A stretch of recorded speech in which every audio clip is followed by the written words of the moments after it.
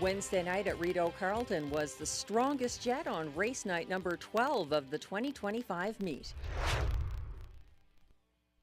Girl Summer is fourth and second over, now going 3 wide from fifth. Whiskey Friday coming on late, 128 flat, 2 3/4. Farmer Don't Dilly Dally confronted by Kiki D. Hanover, drawing alongside up the inside path. Hot Girl Summer coming on late, widest of all, Whiskey Friday. Oh, interference there between Tia and Whiskey Friday.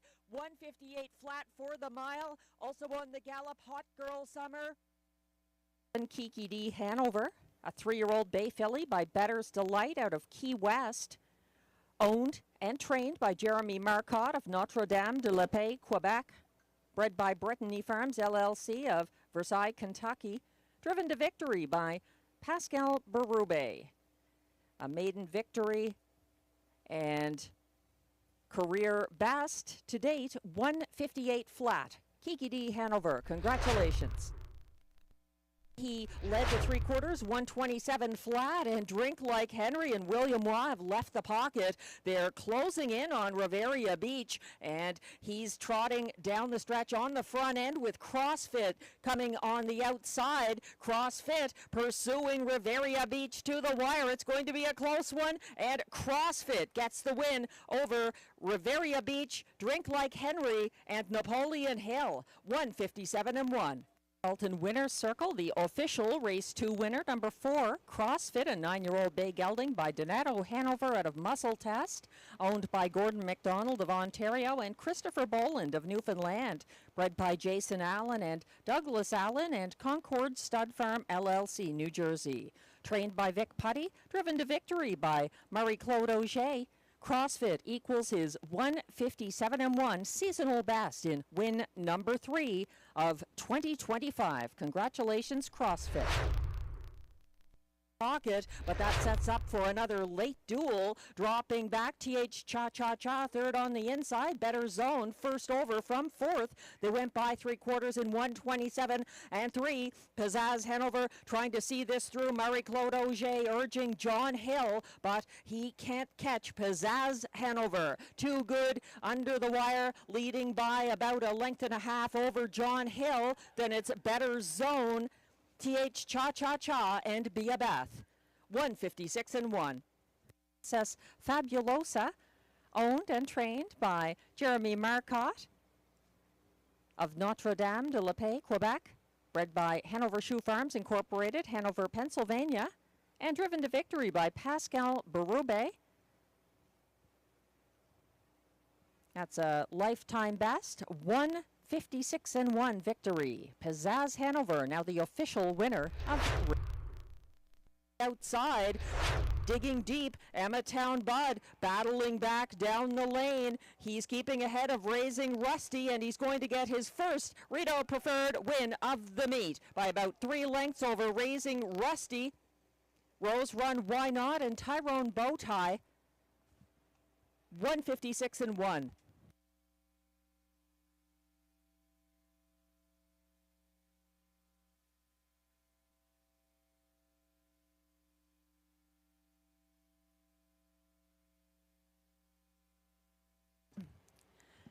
Now back in the Rideau Carleton Winner's Circle. Unofficial race 4, preferred handicap trout winner, number 4, Emmetown Bud. An 8-year-old bay gelding by Big Stick Lindy out of Centerfold Lady. Owned by Nicole Beauvais-Gertner of Apple Hill, Ontario. Bred by Mervyn Lehman of Topeka, Indiana. Trained and driven to last to first now. 128-4, the clocking to 3/4. Flash Me Some Green, looking confident, but still stalked down the stretch by Southwind Mac, making a late bid up the inside. Stormont Friendly coming on for place behind Flash Me Some Green. Silver Mass looked to get up for show ahead of Southwind Mac, 158-2. He's a 3-year-old bay gelding by Green Manalishi out of S.J. L. Kalua. Flash Me Some Green is owned by trainer Benoit Hebert with Leah Rose Laverne of Papineauville, Quebec. Bred by Joanne Morrison of Beaton, Ontario. That's the third driving win of the night for Pascal Berube. Moment challenging Beach Journey and Guy Gagnon as they turn for home. It could be an upset here. Share the Moment continues on unhindered. The turning point is charging late, and Gimme a Corona as well. They're loaded with late pace, but the wire is too close. It's going to be Share the Moment over Gimme a Corona. The turning point, possibly Beach Journey holding on for fourth. 155 flat. Flying Ryan Guy. That's her third seasonal victory and a seasonal best winning time of 155 flat. Share the Moment. Now the official winner of race 1, an 18-1 upset. And some happy fans in the winner's circle. Share the Moment is sharing the moment. Stardog and caught in last. No luck for Saskabush Steve. 125 flat, 2 3/4. I'm a Dude is facing a persistent Carson Star Choice, challenging down the lane. Carson Star Choice digging and pulling ahead for Guy Gagnon's first driving win of the card. I'm a Dude finishing second. Bad Apple up for show ahead of Friar Voltaire. 154 flat. Now he's back in the Rideau Carleton winner's circle again. A 6-year-old bay gelding by Better Than Cheddar out of Carson's Lady Luck, owned by Écurie Guy Gagnon Incorporated with Seth McLeod of Gatineau, Quebec. Bred by David Carson of Listowel, Ontario. Trained and driven to victory by Guy Gagnon. 154 flat.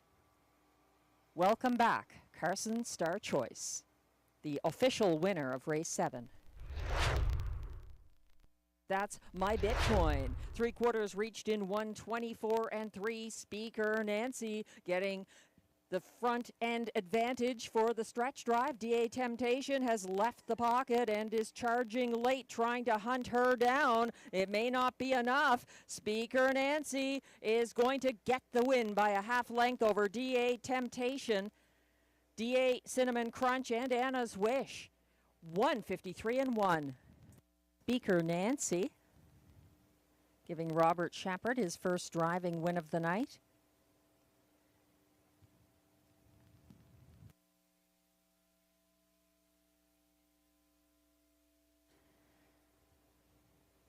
Speaker Nancy is a 6-year-old bay mare by Art Speak out of Let's Imagine, owned by Jamie Copley of Kenmore, Ontario, with the Ottawa Bob Racing Stable.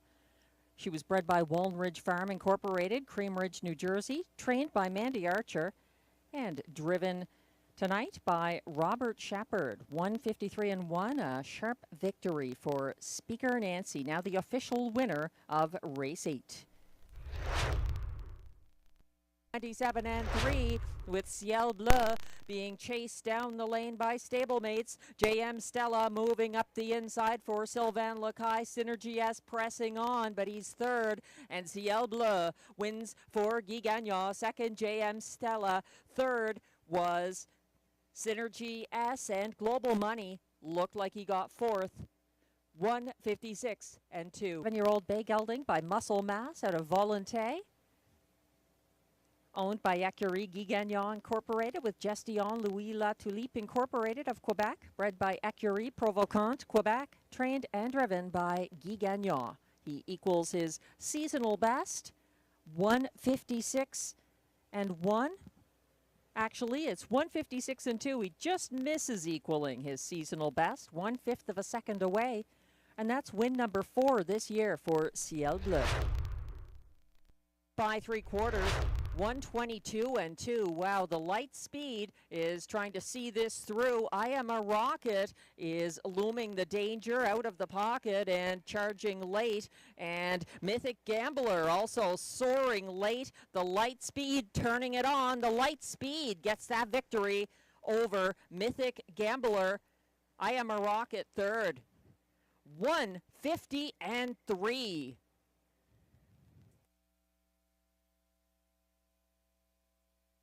by Moonbeam out of Jama, owned by Michel Nolette of Princeville, Quebec, who also bred the Lightspeed. He was trained and driven by Guy Gagnon. That's win number 4 this season. And again, the Lightspeed is matched the track record for aged pacing geldings, 1:50:3. And I believe that's a new lifetime mark for the Lightspeed LaBarbe, but it may be too late. 1:27:3. LaBarbe trying to gain ground on these leaders. Silverado fighting on bravely on the lead, confronted by Probert's Legacy, and making a late move. Siddhartha on the outside between horses. It's going to be Probert's Legacy over Silverado, Rhonda Dulac, and Siddhartha. 1:55 and Bert's Legacy, the unofficial winner of race 11 tonight. A 10-year-old bay gelding by Dally out of Outlaw Cherish a Fool. Owned and trained by Marc-André Simoneau of Trois-Rivières, Quebec. Bred by Michaela Coyle of New Westminster, British Columbia. Driven to victory by Pascal Berube. That's the second seasonal victory for Probert's Legacy and a seasonal best, 1:55:1.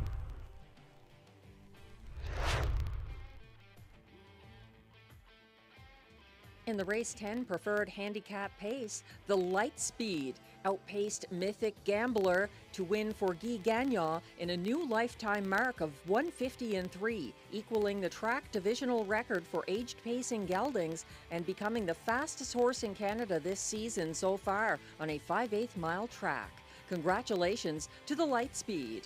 We hope you can join us again on Sunday, May 18th for more live racing, 6:30 p.m. post time. And don't forget the Preakness, Saturday the 17th in the Trackside Simulcast Lounge with a $1,200 jackpot that evening in Tammy Forgey's free-to-play on-track handicapping contest.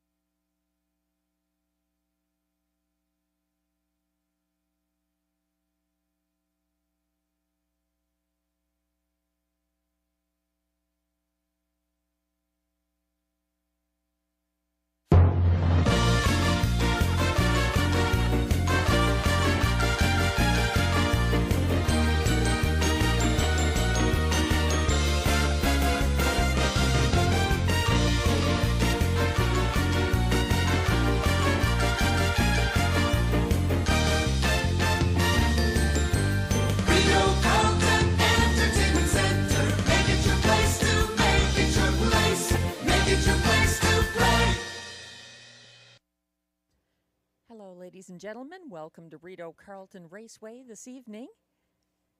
It's our 13th race night of the 2025 meet, and we've got 10 exciting live harness races coming to you from the nation's capital.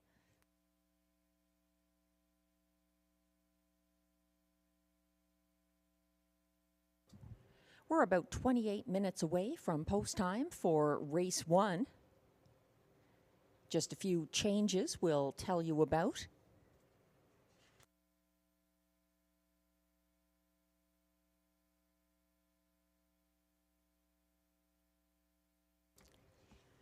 The track condition is good and weather conditions overcast, a temperature of 10 degrees Celsius, 50 Fahrenheit. Winds are from the southwest at 29 kilometers an hour, 18 miles per hour, humidity at 73%.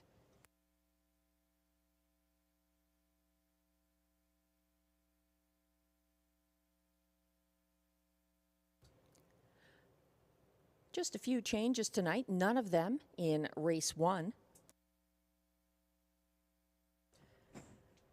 In race 2, no driver announced yet for number 4, RJ's Super Freak. Marie-Claude Auger not going to be here in time to drive the 4, RJ's Super Freak, in race 2. We'll give you an update as soon as we have a driver down to drive RJ's Super Freak. In race 3, scratch number 7, Shadow Dave, a judge's scratch, transportation.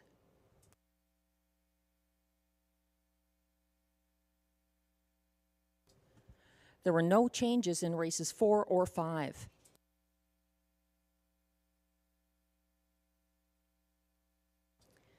In race 6, scratch number 5, Duck Dynasty. That's a vet scratch sick. Duck Dynasty scratched number 5 in race 6. And that is all of the changes. There were no more changes in races 7 through 10.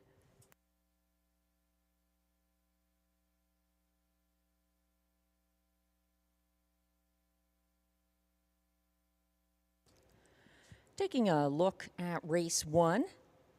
Now on screen, we have track handicapper selections from myself and Glenn Pearson.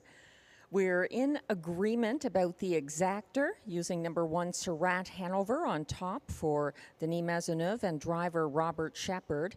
And then going to the 4, DJ Cowboy for trainer Mike Armstrong and driver Ryan Guy in the place spot. To complete his Superfecta ticket, Glenn goes with number 3, CB Caper for Mike Armstrong and driver Ryan Guy, driver Guy Gagnon on CB Caper in the show spot. And then the 2, Best Girl in Town for trainer driver Melanie Plourde, 4th in his ticket. I'm using the 2, Best Girl in Town, in the show spot, and then looking out to the 5, All-Star Ballerina for trainer-driver Stepan Pouliot to complete my Superfecta ticket. There's exactor, triactor, Superfecta, and early daily double wagering available on race 1. No changes.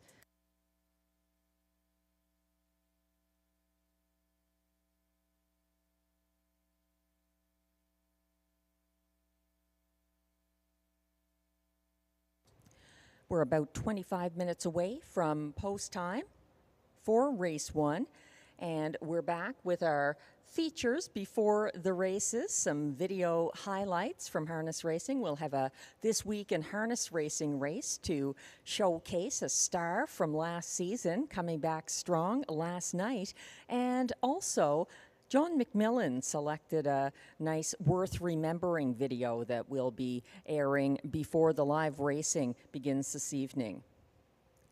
An update on Tammy Forgey's free-to-play handicapping contest Saturday night in the Trackside Simulcast Lounge. There was no winner this week. The jackpot continues to build. It's up to $1,300 now.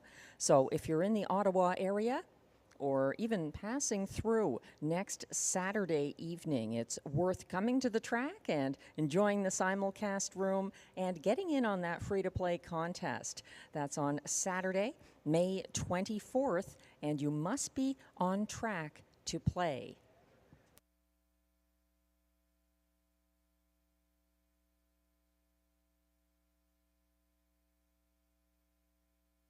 This week in harness racing, we visit Woodbine Mohawk Park for SBOA Woodbine Ontario Mohawk Park as they near the start. Filly Pace action on Saturday night.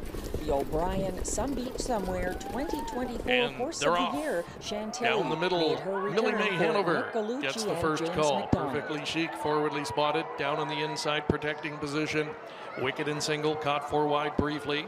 Now trying to cross over into the 2-path is Macapello Seelster, and Chantilly comes away a mid-pack 5th in front of Tricky Wiki as they round the first turn. Then it's further back to find One for My Baby, followed up by Barb Leahy. Racing a third from last in the backfield, Lady Cafe Olay. And the back markers, Out of This World Deo, and trailing Wicked Cruiser. They arrive at the opening half mile. Alpha 26 and 4, hotly contested opening quarter, and some backstretch activity as Wicked and Single brushes up to command. Now giving way and back to second, Perfectly Chic. Situated third, Millie Mae Hanover. Chantilly picked up 1 position in the backstretch. She's 4th, went back to the pylons. Up in front of Macapello Seelster, Headstrong. Back there in 5th, 6th, and angling wide, Tricky Wiki. 54 and 3, they are rolling right along up front. Leader onto the far turn, Wicked and Single. Perfectly Chic, second, edging from the pocket. Also brought off the pylons, Millie Mae Hanover. Chantilly sets it up, third over, but only 2.5 off the lead as they swing by 3/4. Plenty of pace to chase here, 3/4, 122 and 4. Wicked and Single, confronted by Perfectly Chic, who assumes command. Out off cover, Millie Mae Hanover, and now Chantilly on the grandstand side. Time for liftoff, and look at her go. Chantilly roaring on by late. It's Chantilly up for the deep stretch lead.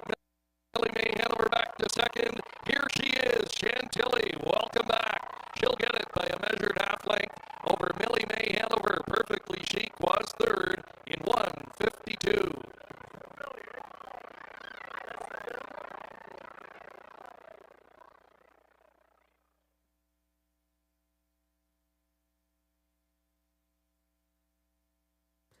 We'll be looking forward to watching Chantilly in eliminations for the North America Cup at Woodbine Mohawk Park, becoming the first filly to attempt that.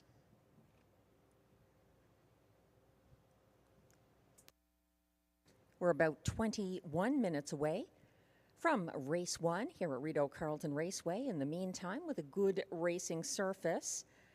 And looking at Rideau Carleton track record holders, on the trotting side, Logan Park shares our 152 and 4 track record for the 3-year-old trotters.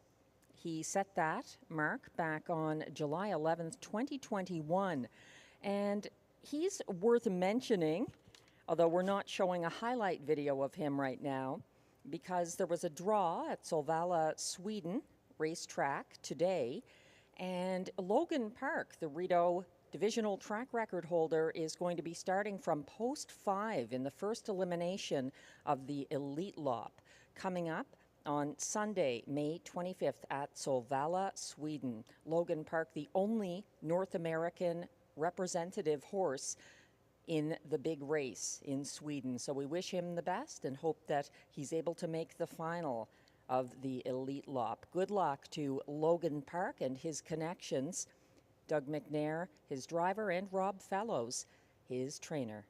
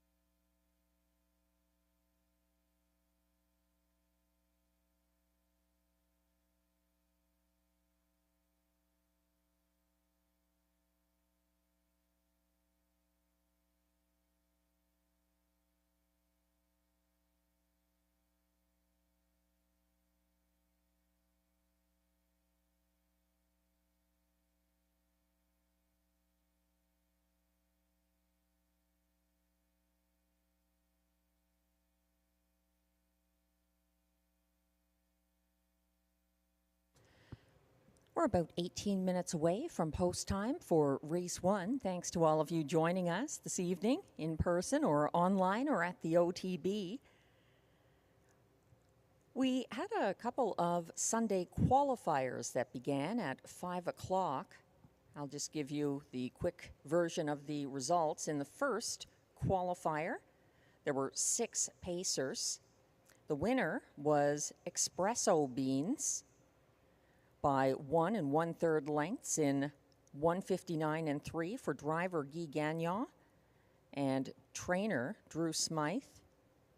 Second in that mile was Better on the Island, and third was Montague Molly. So 3-year-old McWicked Filly, Espresso Beans, the winner of qualifier number 1. The fractions 29 3, 58 4 to the half, 129 flat at 3/4, and 159 3 the final time. In the second qualifier for both gates, there were 4 of them in the qualifier, and the winner was Big Cheddar on the front end by 10 open lengths at the wire in 1:58 3 for driver Guy Gagnon and trainer Mandy Archer. The remainder of the horses in that qualifier were trotters. Very Busy was second, Angel's Kid was third, and I Hope You're Happy finished at the back of the field.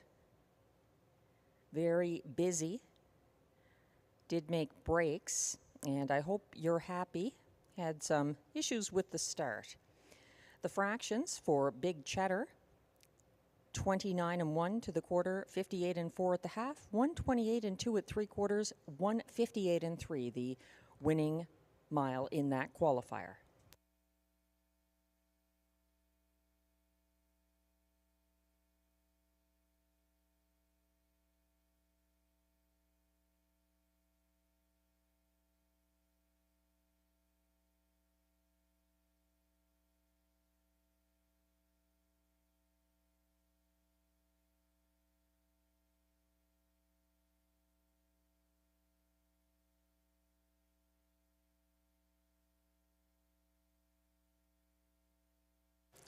Taking a look at the tote board, number 2, Best Girl in Town, is the current 9-5 favorite in the upcoming 5-horse race 1. Best Girl in Town getting some class relief. She started a Rideau win streak last June 20th. She won 3 races in a row here, 2 of them for Melanie Plourde as driver and 1 with Stéphane Pouliot in the bike. Best Girl in Town trailed 1-9 favorite Arson Seelster until a third over move from last at 3/4 last Sunday and gained ground down the stretch.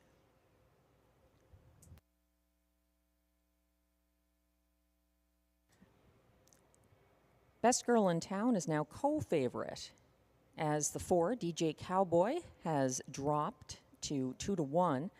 He battled first over against Bad Apple on the first turn last Sunday and backed down to single file third before the quarter. He was shuffled back to 4th and covered up on the backstretch and last at 3/4. Like Best Girl in Town, DJ Cowboy gets some class relief here for driver Ryan Guy.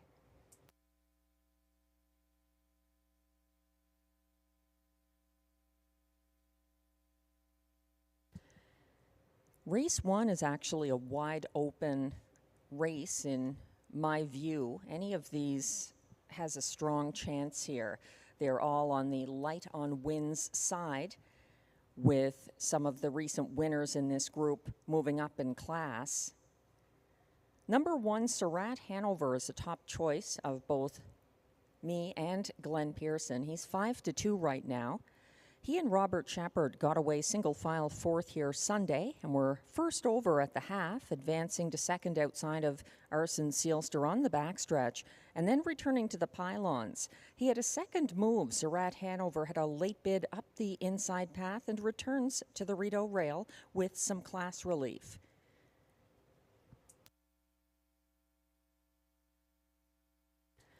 Number 5, All-Star Ballerina, I remember talking with trainer Dave Carey at Truro Raceway about her. I guess he developed her in the beginning before she came up here, and he said she was a hard-trying filly. She wired going away from Post 5 at Rideau Carleton last May 9th. That's May 9th, 2024. This is her first 2025 start in her debut for Stéphane Pouliot. Now, her qualifier last Sunday is the reason I didn't rank her higher. She was 4th of 5 horses last Sunday in her qualifier that was won by a trotter. So All-Star Ballerina, the 5, she's 5-1 right now. We'll watch and wait.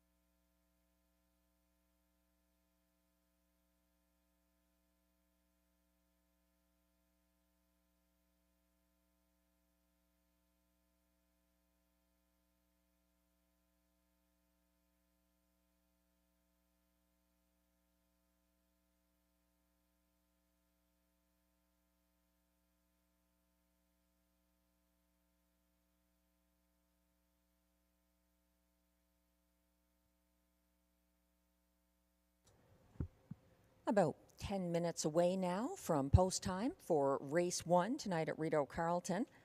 And a couple of updates to bring you, the first of which is important to anyone playing the early daily double.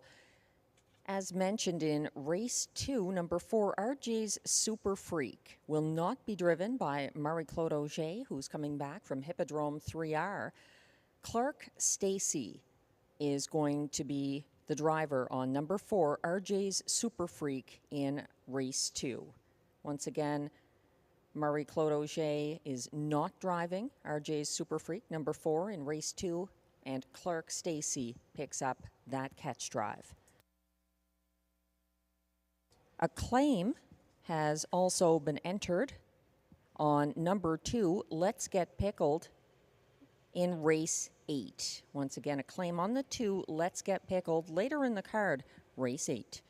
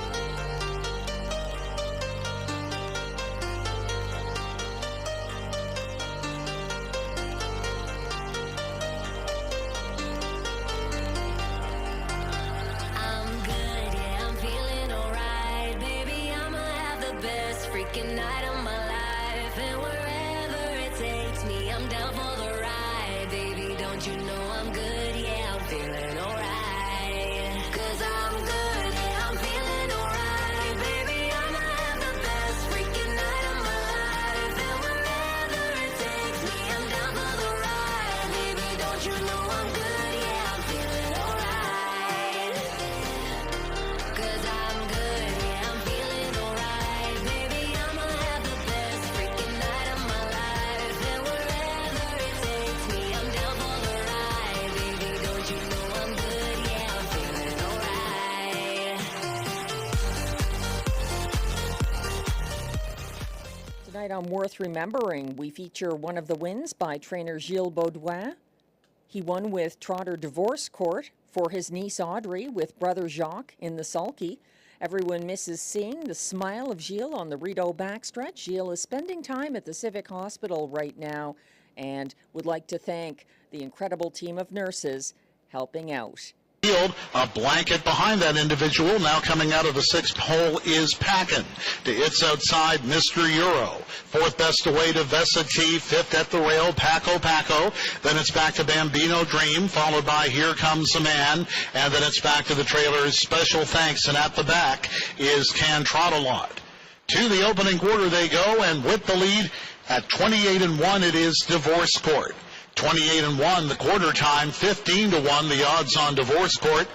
Going the long mile this night is Vesati. Down at the rail, Packin, fourth to Mr. Euro, mid-pack, Paco. Now from the backfield, Colville will move up with Here Comes the Man. Looking to follow that cover is Gagnon with special thanks.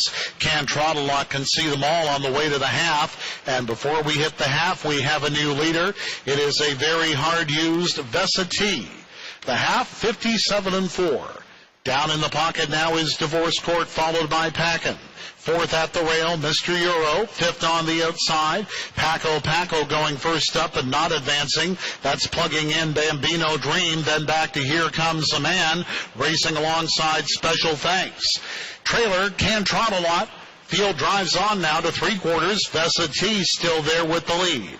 Puts it up in 127-3. Stalking back in the pocket is Divorce Court, third to Packin.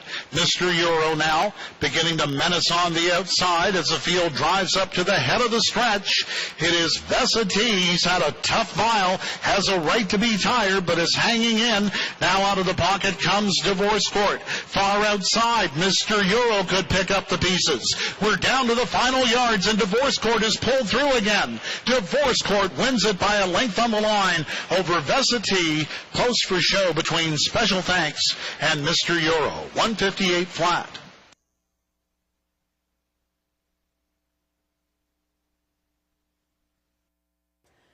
Thanks very much to John McMillan for sending along that suggestion for tonight's Worth Remembering video. And get well soon, Gilles Baudouin.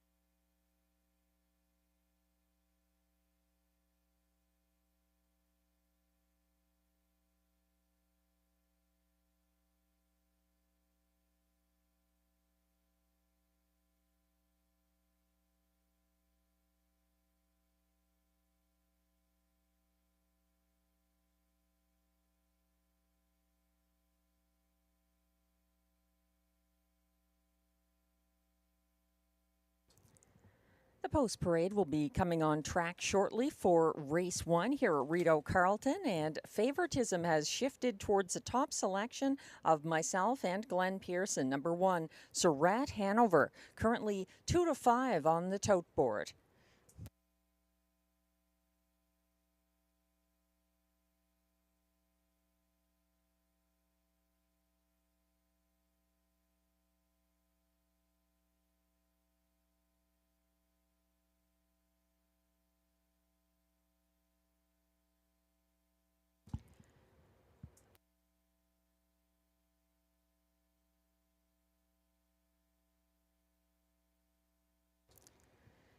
There's exactor, triactor, superfecta, and early daily double wagering available on race 1 here at Rideau Carleton. If you're just joining us, a late driver change was announced in race 2, where number 4, RJ's Super Freak, will be driven by Clark Stacey.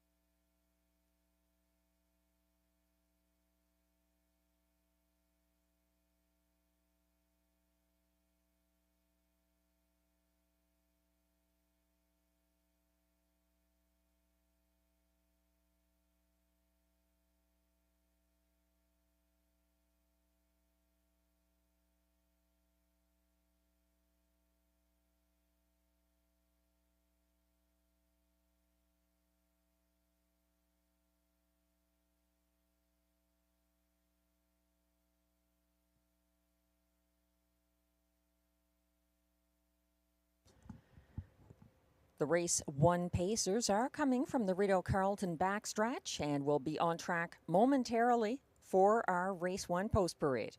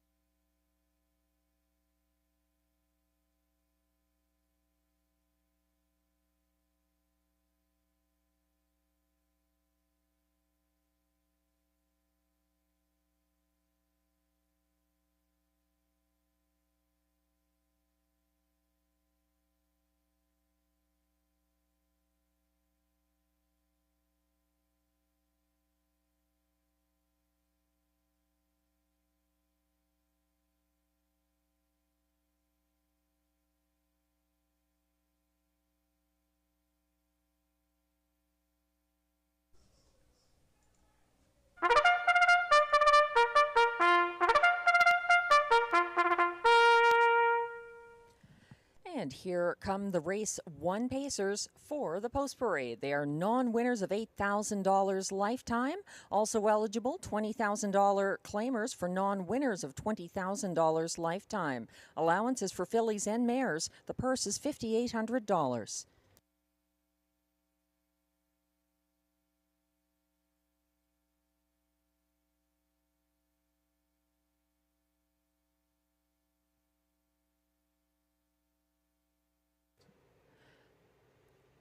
One is Surratt Hanover, the current 1-2 favorite, owned and trained by Denis Maisonneuve of Gatineau, Quebec, and driven by Robert Shepard.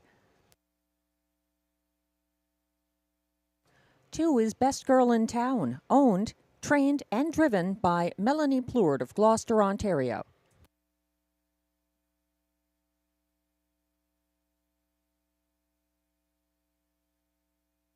3 is CB Caper, owned by Lloyd Howley of Carson, Ontario, trained by Mike Armstrong. Guy Gagnon drives. 4 is DJ Cowboy, owned by Brady Doyle of Stratford, Prince Edward Island, trained by Mike Armstrong and driven by Ryan Guy. And completing this field from post 5, All-Star Ballerina, owned by Santo Barilla of Metcalfe, Ontario, trained and driven by Stéphane Pouliot. That's your field of 5 for upcoming Race 1, no changes, Exactor, Triactor, Superfecta, and early daily double wagering.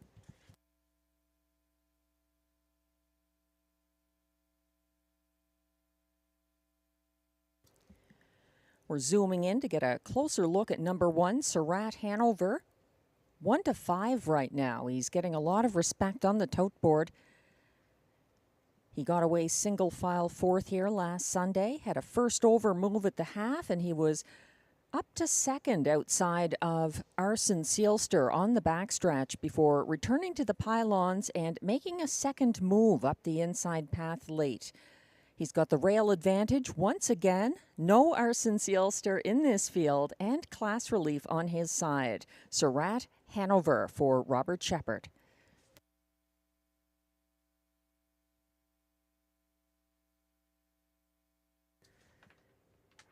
He looks very good out there right now. That 4-year-old gelded son of Artspeak, a 2-time winner last season.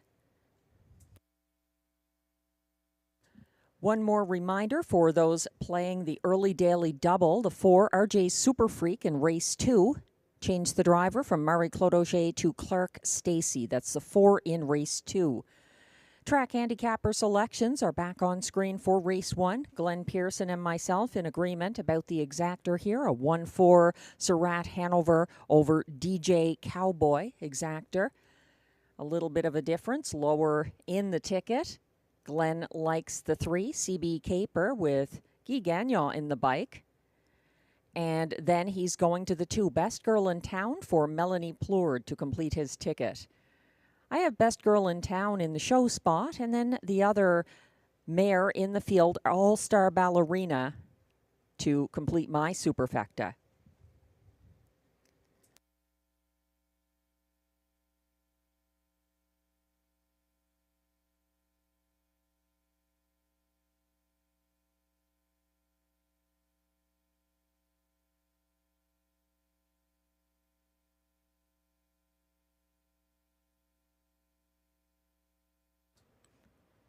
It's great to see all the fans at the track enjoying the picnic tables and the trackside views. Tell a friend. Bring some new people to the races. A lot of people aren't aware that it's free to get in and you can learn to wager while you're here. There's lots of people to help you out if you're new, and we always welcome new fans and people interested in learning more about harness racing and wagering here at Rideau Carleton. This field will be going behind the gate shortly for race 1.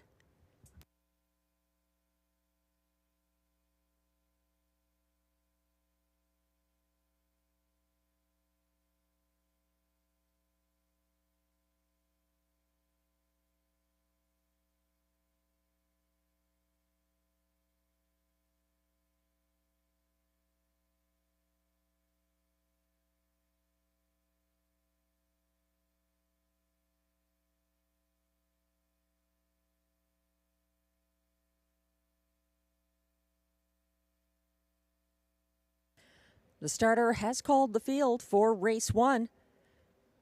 This is your last opportunity to play the early daily double that kicks off here.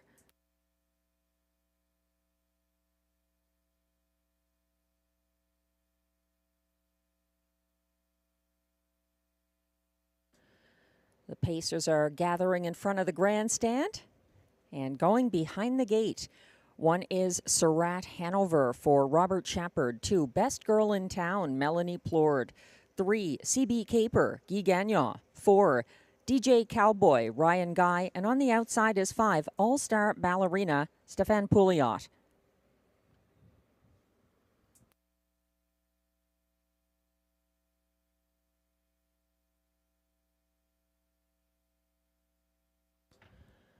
They're on the turn and approaching the backstretch, gradually finding their place behind the gate.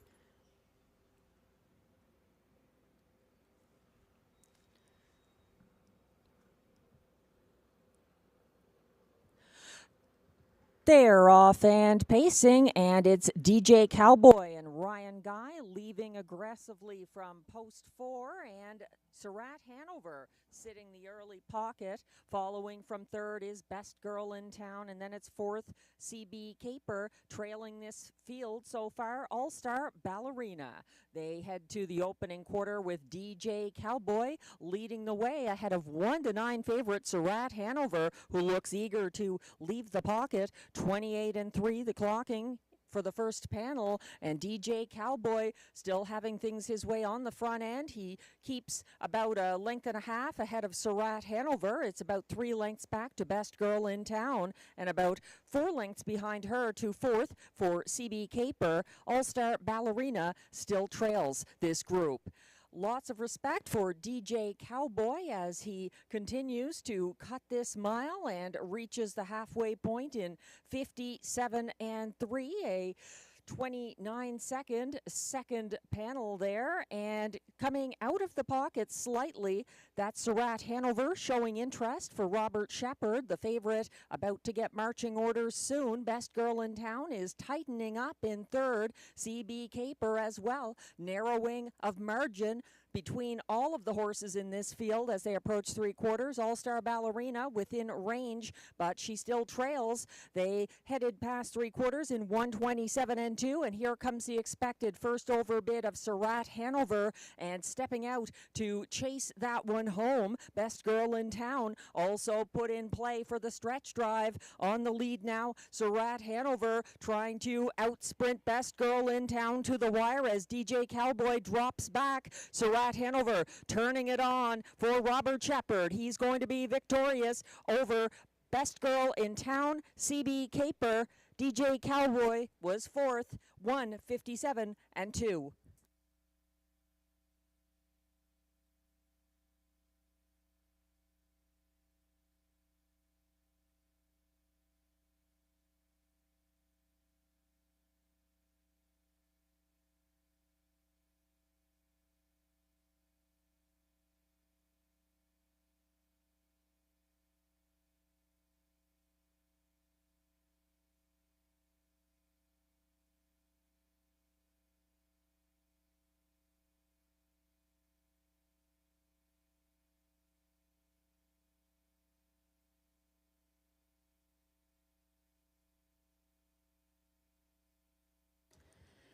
The unofficial top 4 order of finish is now posted. 1-9 favorite, number 1, Surratt Hanover, fulfills expectations for driver Probert Shepherd and the betting public. Number 2, Best Girl in Town, closed for place ahead of 3, CB Caper, third, and 4, DJ Cowboy, fourth. 1, 2, 3, 4. It's as easy as that. The unofficial top 4 order of finish in race 1. Please hold all tickets.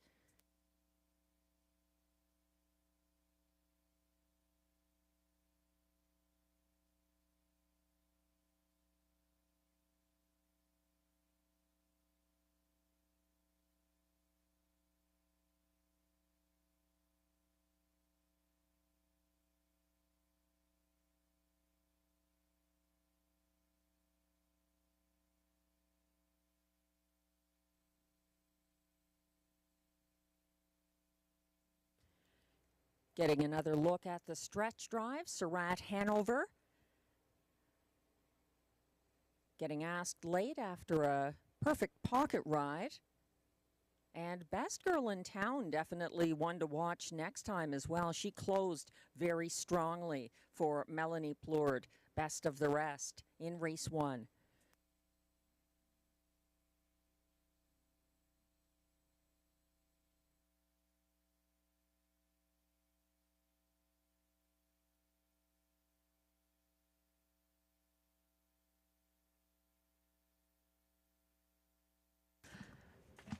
Now back in the Rideau Carleton winner's circle, unofficial race 1 winner, number 1, Surratt Hanover, a 4-year-old bay gelding by Art Speak out of Sweet Beholder, owned and trained by Denis Maisonneuve, bred by Hanover Shoe Farms Incorporated, Hanover, Pennsylvania, driven to victory by Probert Shepherd.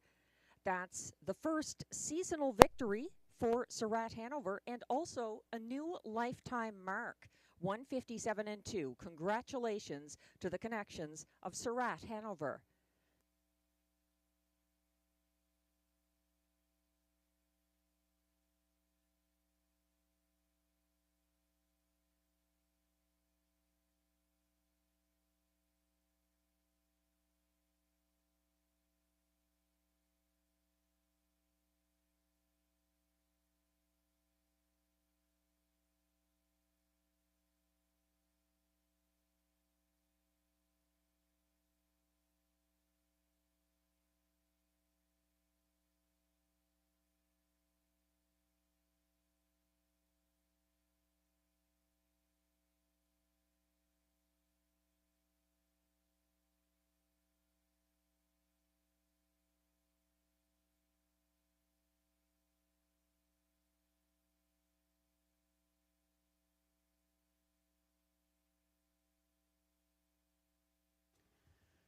And race 1 results are now official.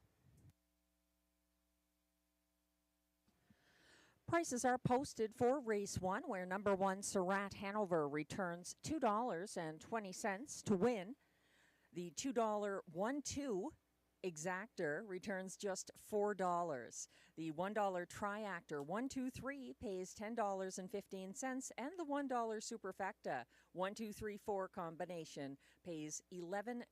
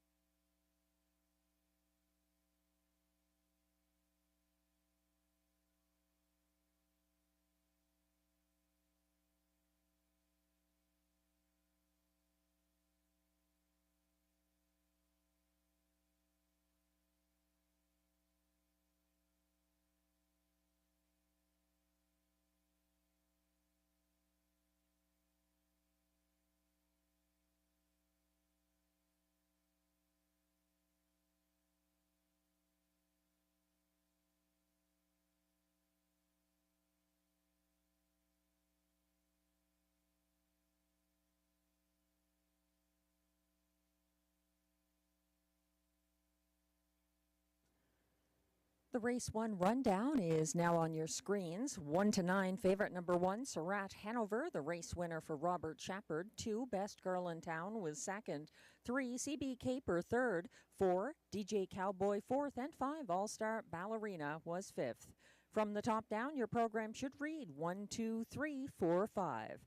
The fractions, 28 and 3 to the quarter, 57 and 3 at the half, 127 and 2 at 3/4, and 157 and 2, the new lifetime mark for Surratt Hanover.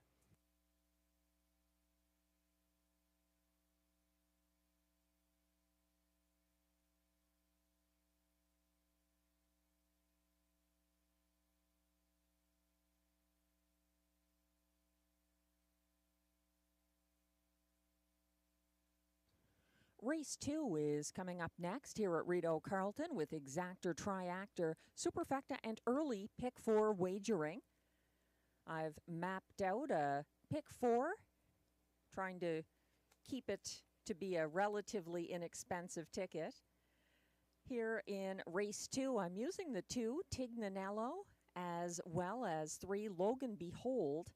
And I think the 6 Shotgun Jerry for Stefan Pouliot has been closing well lately and seems overdue. His last win was with Pouliot driving here from an outside post on April 27th, so we're giving him the top nod in Race 2. But as mentioned, it's a tough race. It is a deep field, and there is a change there. Note the 4 RJ Super Freak going Marie-Claude Auger to Clark Stacy for catch driver. In Race 3, using just 2 horses there, number 2, Dylan's Bank for trainer-driver Guy Gagnon now, and also the 4, 88 Fingers Louis for trainer-driver Ryan Guy. In Race 4, that's a more competitive affair, I think. I'm going to try the 2 Hot Girl Summer for Kara and Clark Stacy, as well as the 4 TH Cha Cha Cha for trainer-driver John McMillan. And my top pick there is the 6 Twice the Delight for Kara Stacy and driver Ryan Guy. Race 5.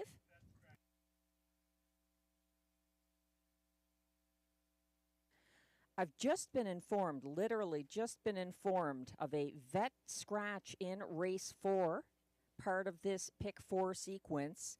Number 2, Hot Girl Summer in Race 4 is a vet scratch lame.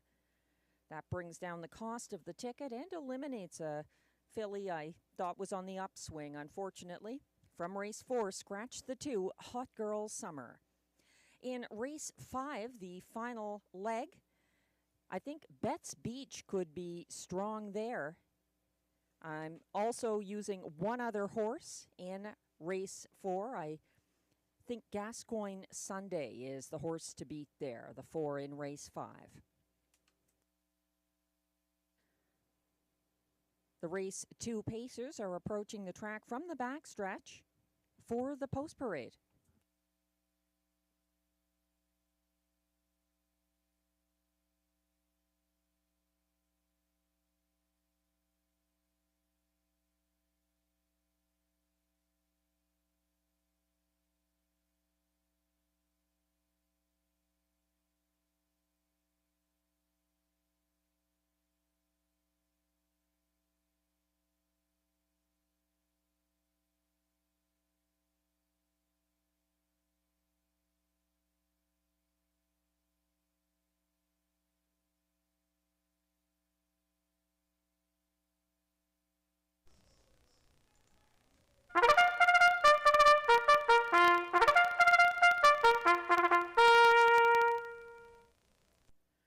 Comes the post parade for Race 2. These Pacers are non-winners of $7,500 in their last 5 starts. Also eligible, non-winners of $50,000 lifetime.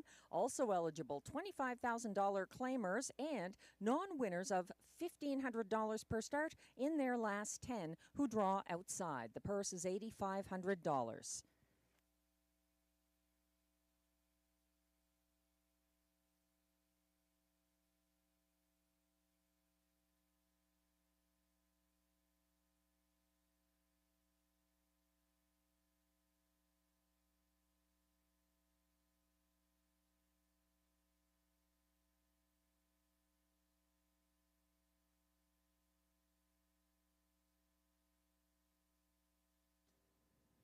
One is Skylar, owned by trainer Daniel Dulude of Saint-Martin, Quebec, and co-owned by Silvio Rivari of Saint-Lazare, Quebec. Ryan Guy drives.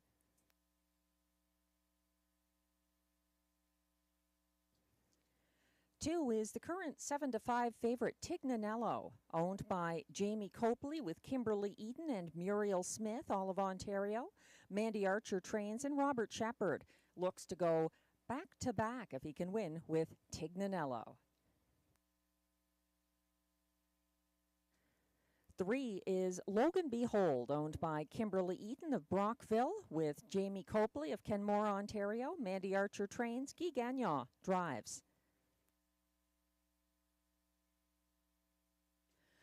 4 is RJ's Super Freak, owned by trainer Eric Lafleur of Lange Gardienne, Quebec, along with Michel Blais, also of Lange Gardienne.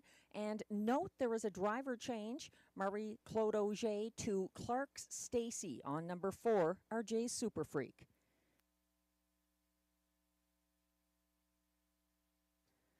5 is Beef and Cheddar, owned and trained by Wayne Catherwood of Brinston, Ontario, driven by Pascal Berube. And 6 completes the field. It's Shotgun Jerry, owned by a numbered Quebec corporation of Gloucester, Ontario, trained and driven by Stéphane Pouliot. That's your field of 6 for upcoming Race 2 with Exactor, Triactor, Superfecta, and early Pick 4 wagering.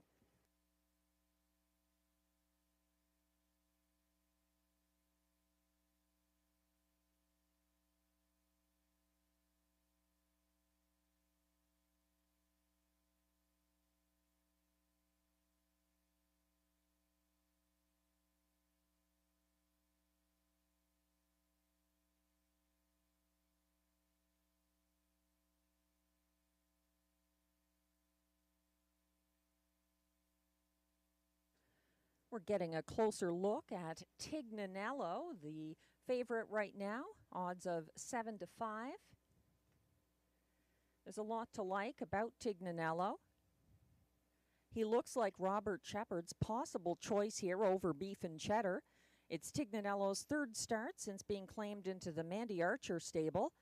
Tignanello finished with a broken Murphy blind in last Sunday's front-end victory, edging out a late-charging Beef and Cheddar, who has post 5 here. Beef and Cheddar made a late move up the inside path for place last week. He's up in class after a ground-saving trip last Sunday.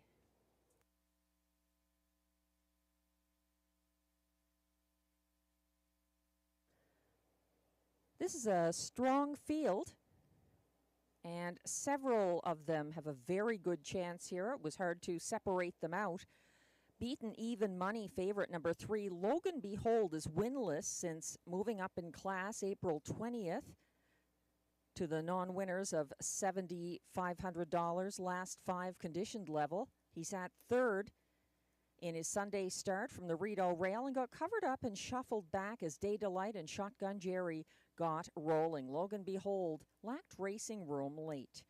We're now looking at some selections from myself and Glenn Pearson. He's showing support for the 2, Tignanello, the 6 to 5 favorite, as his top choice, and likes number 4, RJ's Super Freak, in the place spot. Clark Stacy getting the catch drive. Marie-Claude Auger still coming to Rideau Carleton. She was driving at Hippodrome 3R this afternoon. Glenn is using number 5, Beef and Cheddar, third, and then number 3, Logan Behold, to complete his superfecta. I see it quite differently. I like the 6, Shotgun Jerry, a nice 6 to 1 right now on top of my ticket. I'm going with Logan Behold in the place spot, then Tignanello and Beef and Cheddar.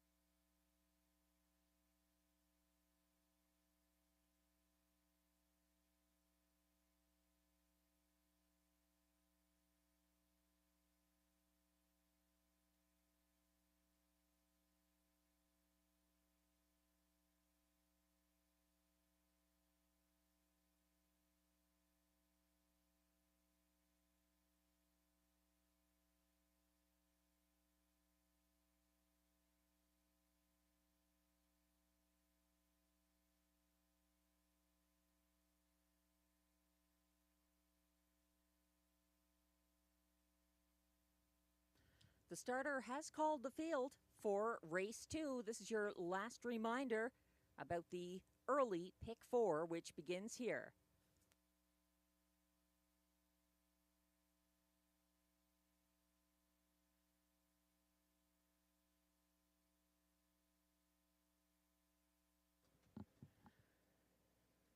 race 2 pacers are going behind the gate. 1 is Skylar for Ryan Guy. 2, Tignanello, Robert Shepard. 3, Logan Behold, Guy Gagnon.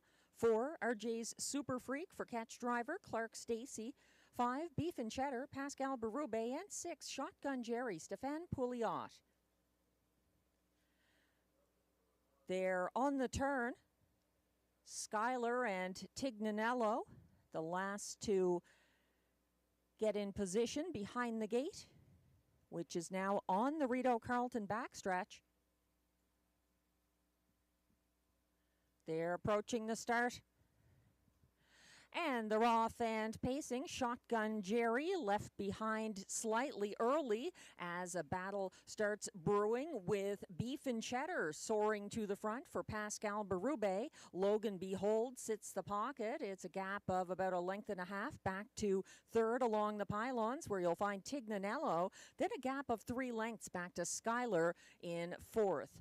Following him from the back, RJ Super Freak, and following from the back of the field, Shotgun Jerry. They went by the opening quarter in a brisk 27 flat, and leading the way down the stretch the first time, that is Beef and Cheddar in command by just over a length. Logan Behold patient in the pocket, then Tignanello third, fourth is Skylar, fifth, and yet to make a move, RJ's Super Freak, and trailing is Shotgun Jerry as they circle towards the halfway point with Beef and Cheddar not getting headed by anyone yet. He hits that point in 56 and 2 and maintains a length and a quarter advantage over Logan Behold. Tignanello says it's go time. He's out and underway for Robert Shepard on the backstretch, edging up into second outside of Beef and Cheddar, still leading the way. Logan Behold shuffled back to third, second over in fourth, RJ's Super Freak. Skylar has nowhere to go. He's second last, and third over from the back of the field now, Shotgun Jerry, 125 and 1 at 3/4. They're ready for the stretch drive, and Tignanello trying to take this win. Robert Shepard guiding him down the stretch, and that is Beef and Cheddar still second, coming on late. RJ's Super Freak closing. Widest of all, Shotgun Jerry and Skylar. Skylar is going to be second to Tignanello, who gets that victory. 1:53 and 4. It's going to be tight for show.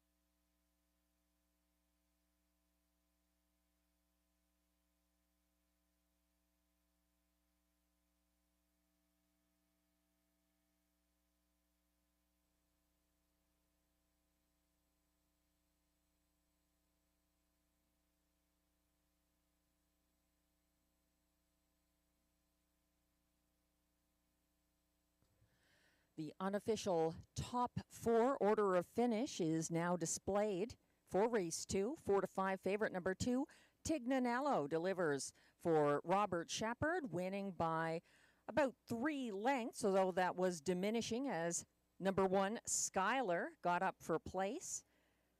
5, Beef and Cheddar held on for show ahead of 6, Shotgun Jerry, who was 4th.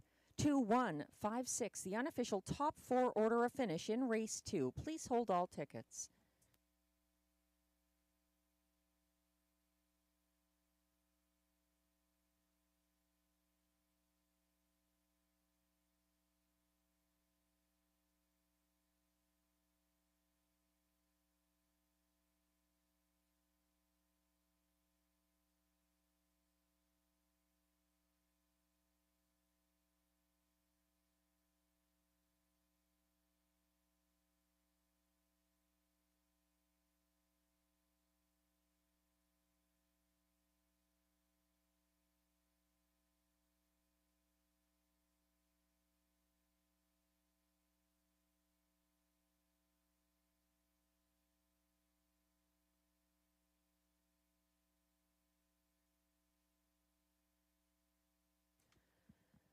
Returning to the Rideau Carleton winner's circle.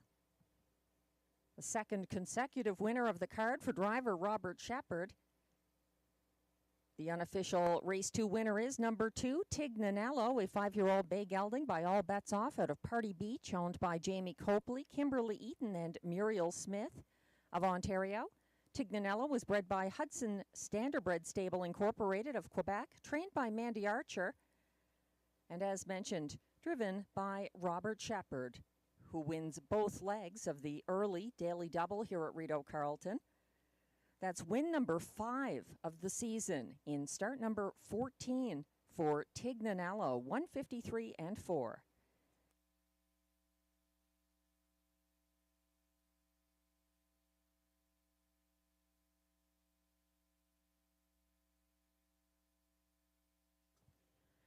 And results are now official.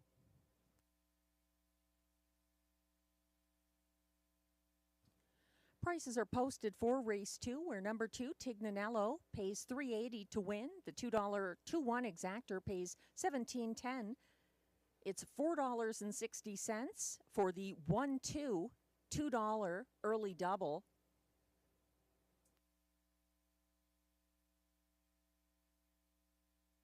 The $1 triactor 2-1-5 combination pays $24.85, and it's $70.45 for the $1 superfecta 2-1-5-6 ticket.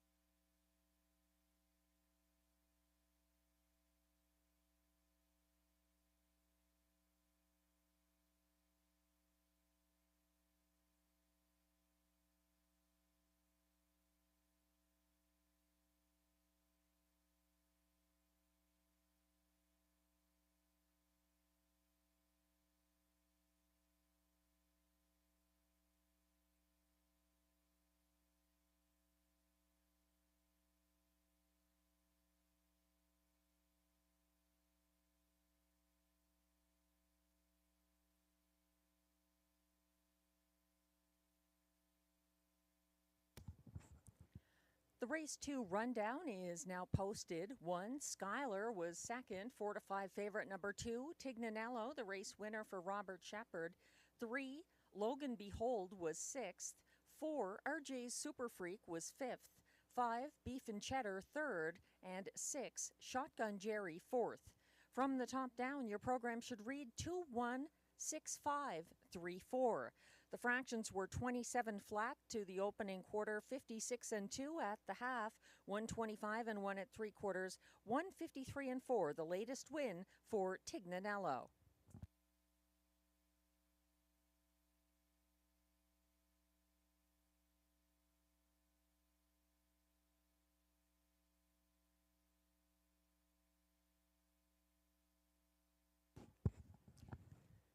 The AGCO judges have just informed me that the track has been upgraded from good to fast with no variant. Once again, the track is upgraded from good to fast.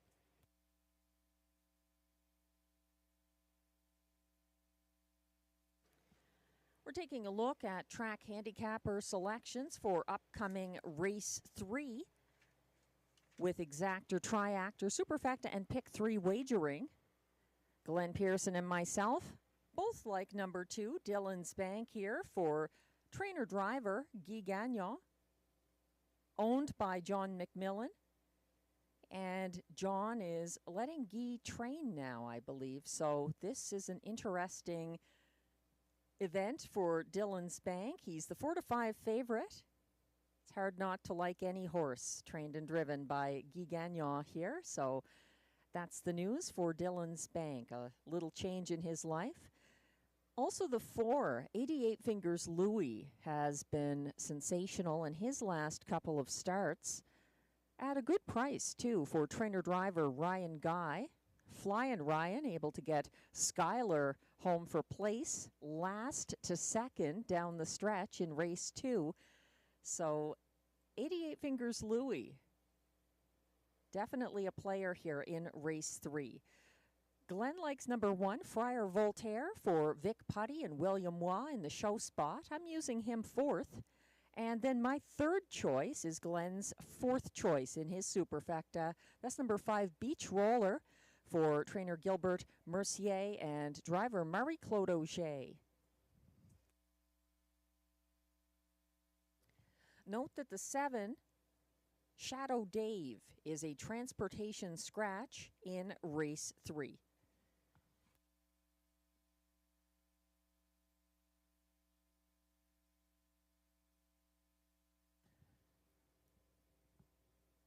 Pick 3 players will also want to keep in mind the advice given out before race 2. Number 2 in race 4, Hot Girl Summer, is also scratched. If she was part of your ticket, you'll have to make changes. That's in race 4. Number 2, Hot Girl Summer, is a late vet scratch lame in race 4.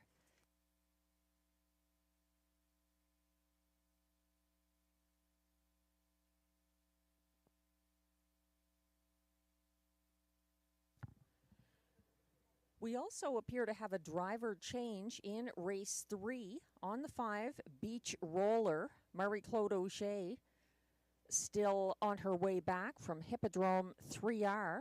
It looks like Stéphane Pouliot going to be driving number 5, Beach Roller, in race 3.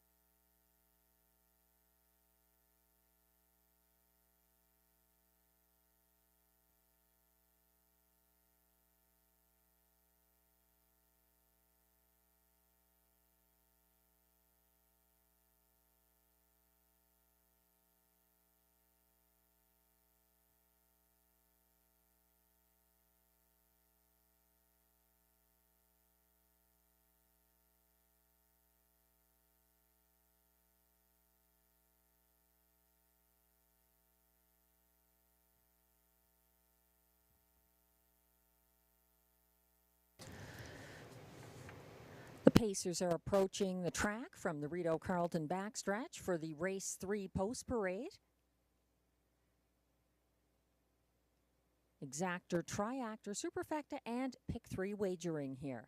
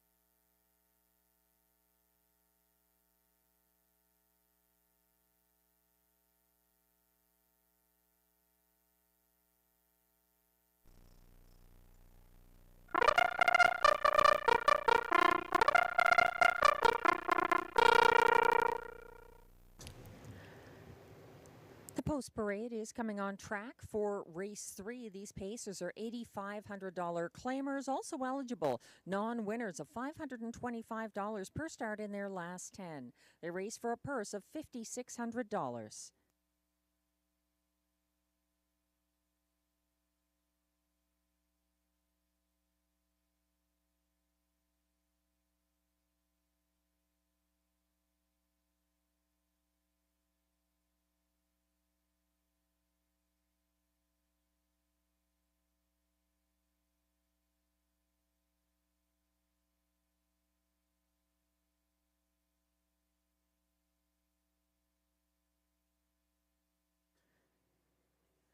Leading the Post Parade, number 1 is Friar Voltaire, owned by a numbered Canadian corporation with Lloyd Stone, Michael Horwood, and trainer Vic Putty, all of Ontario. William Waugh is in the sulky. 2 is the 1-2 current favorite, Dylan's Bank, owned by John McMillan, Odessa, Ontario, and trained and driven by Guy Gagnon. 3 is Officer Jones, owned by Limco Incorporated, Châteauguay, Quebec, trained by Vic Putty, driven by Pascal Berube.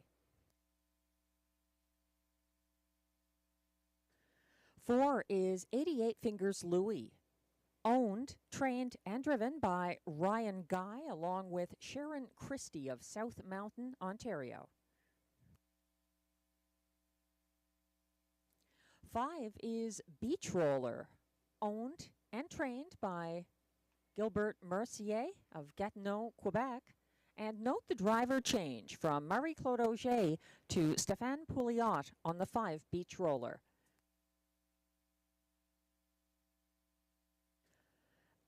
6 is Always Your Way, owned by Jamie and Sonia Johnson of Edwards, Ontario. Jamie is the trainer. Clark Stacy drives. And 7, Shadow Dave is a Judge's Scratch Transportation.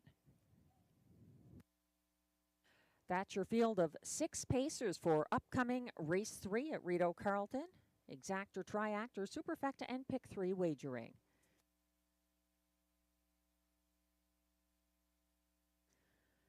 We're getting a close-up of number 2, Dylan's Bank, the 1-2 favorite. Dylan's Bank set the pace for Guy Gagnon Sunday from the Rideau rail and led until the stretch drive. He was collared late by the 1-2 favorite last week, Day Trader. He was edged out for place by Mockart in Motion and gets a touch of class relief here. Dylan's Bank. Drawing alongside him at a nice price of 10-1. 88 Fingers Louis got away single file third last Sunday behind pace setting Make It Come True at odds of 30-1. He was caught in and shuffled back in front of the grandstand as a first up AJ Morelli led the outer flow into the second turn.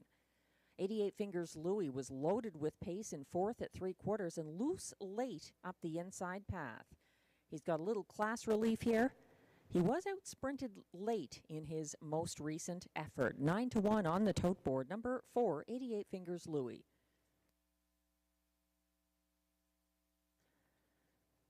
5, Beach Roller is 8-5 right now. He was a beaten even money favorite who led until deep stretch here May 7th and was stung late by Mockart in Motion. The other horse Glenn and I are both using in our tickets is number 1, Friar Voltaire, 11-1 right now. He's making the quick turnaround. He's Glenn's 3rd choice and my 4th choice here. Friar Voltaire was single file 3rd early behind the 1-5 front end winner Carson Star Choice on Wednesday at Rideau Carleton. Friar Voltaire was gapping 3rd along the pylons on the final turn and was edged out for show by Rockin' My Dream. I think he's definitely a player in the Triactor and Superfecta here in race 3. It's a field scratched down to 6 with the removal of number 7, Shadow Dave. The Judge's Scratch Transportation.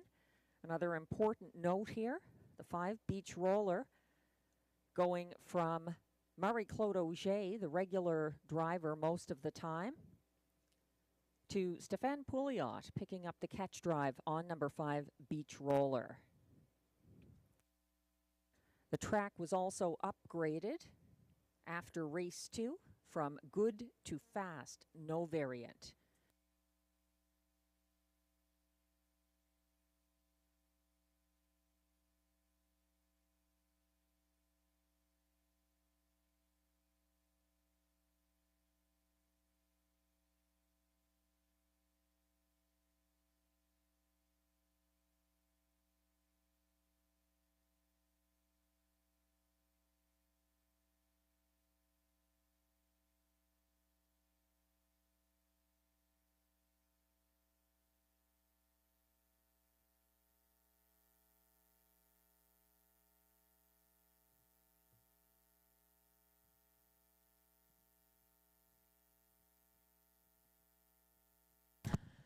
And the starter has called the field for race 3. Kicking off another pick 3 sequence here at Rideau Carleton. This is your last chance to wager on race 3.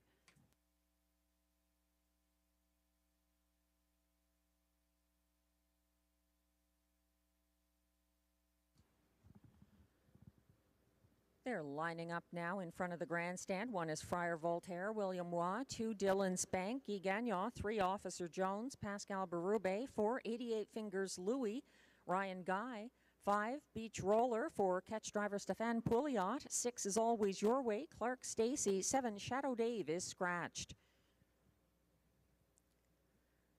They're on the turn.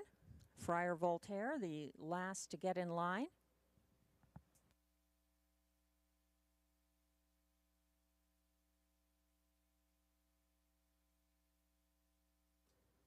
They're on the backstretch, approaching the start.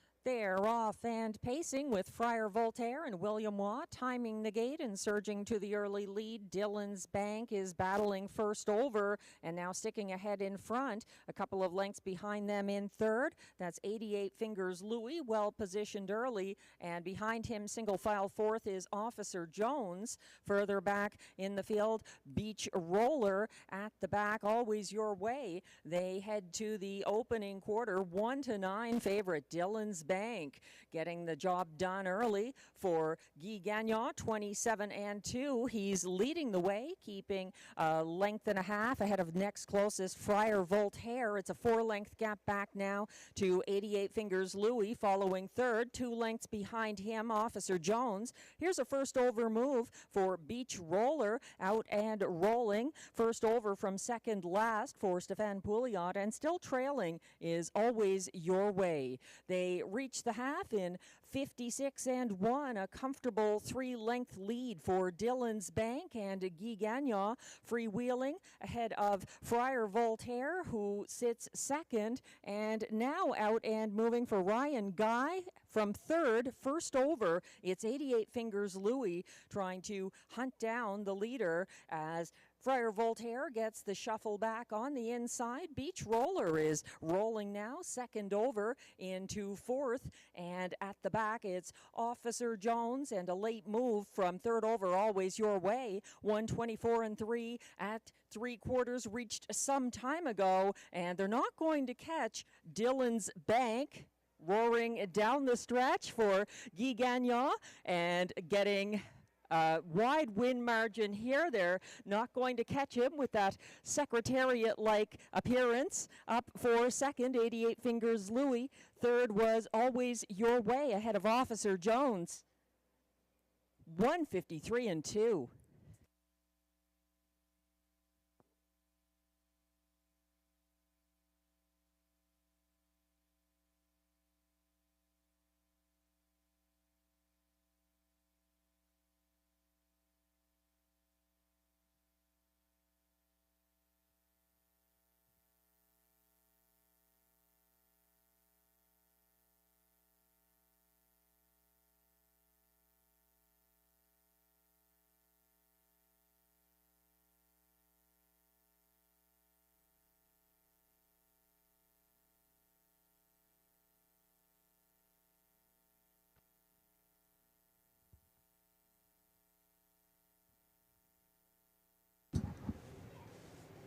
The unofficial top 4 finishers are now posted. 1 to 9 favorite, number 2, Dylan's Bank, a going away winner for Guy Gagnon. Number 4, 88 Fingers Louie, best of the rest in second, ahead of 6, Always Your Way, closing for show. And then 3, Officer Jones completes the superfecta, finishing 4th. 2, 4, 6, 3, the unofficial top 4 order of finish in race 3. Please hold all tickets.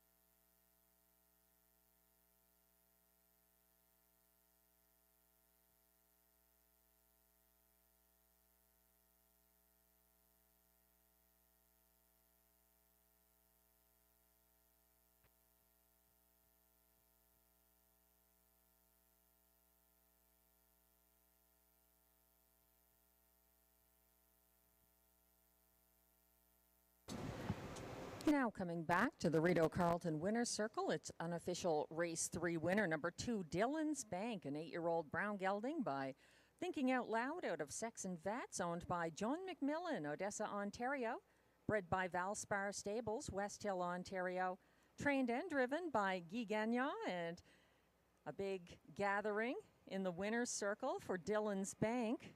That's his 3rd win of the season and a new seasonal best, 153 and 2.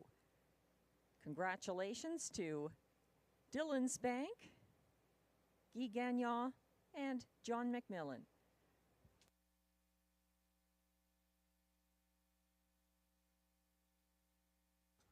And race 3 results are now official.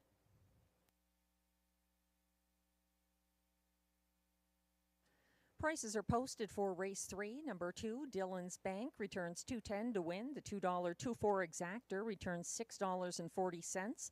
The $1 triactor 246 pays $33.20, and the $1 superfecta 2463 combination pays $99.10.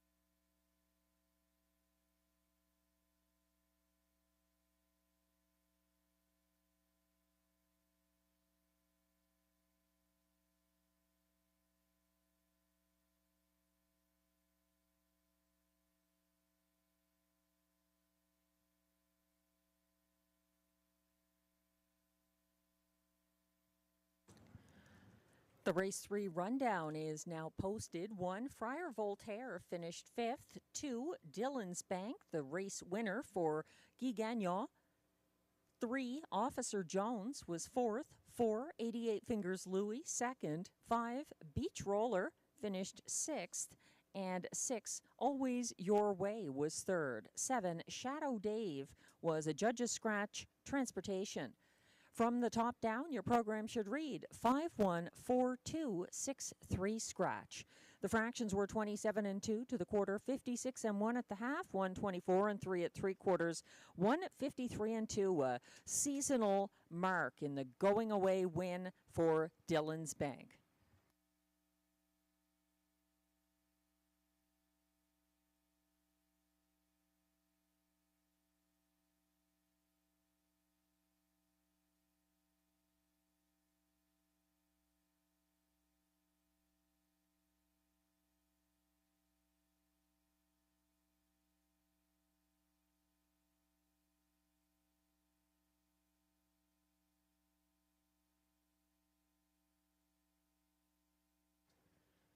Race 4 is coming up next. And it's the start of another Pick 4 sequence here at Rideau Carleton. There's also exactor, triactor, and superfecta wagering. I have a 20-cent ticket suggestion posted. It has changed a little bit because here in race 4, number 2, Hot Girl Summer, is a late vet scratch, lame. So that leaves me with 2 horses in the first leg. One of them is the 4, TH Cha Cha Cha, for trainer-driver John McMillan, the 3-year-old Dancin' Lou filly, looking for her first win here, and it's her second start at Rideau Carleton. The other I like is number 6, Twice a Delight, for Cara Stacy and driver Ryan Guy. That one was a transportation scratch last week, and 5-1 right now in the win pool. In race 5, I just have a couple of horses there. The 3, Betts Beach, and the 4, Gascoigne Sunday. If I were to throw another in, I think the 1, Stonebridge Hermes, might be worth adding to the ticket. Class and post relief there. So you might want to swap him into the ticket.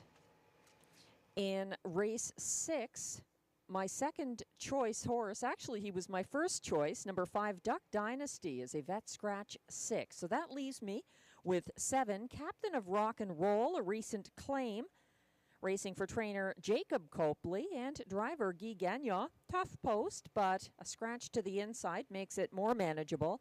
Also the 1, AJ Morelli, for Louis-Philippe Turcotte and driver Ryan Guy looks good there. That one winner at Rideau Carleton back on April 23rd. And completing in the last leg of the Pick 4, I'm going with a couple of horses. Among the trotters here, I think Salzbrook, Cami, and Cadillac are the standouts, based on class relief for Cadillac in line to Robert Shepard. And then the 6, Salzbrook Cami, also has been showing good form here lately. So that's the ticket. $7.20 is the price based on a ticket with those horses in it who are now scratched, the 2 in race 4 and the 5 in race 6.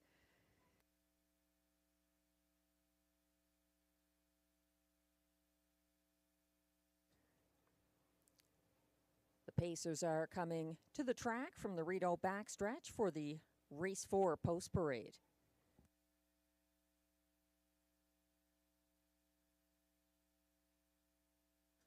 I'd like to thank trainer Vic Putty, who recently went over the $20 million mark in purse winnings for his training career at Mohawk back in March. I'd like to thank him for the interview for Harness Racing Update, and to caretaker Jen Smiley for introducing me to one of their up-and-coming stable stars, I'll Be Bulldog.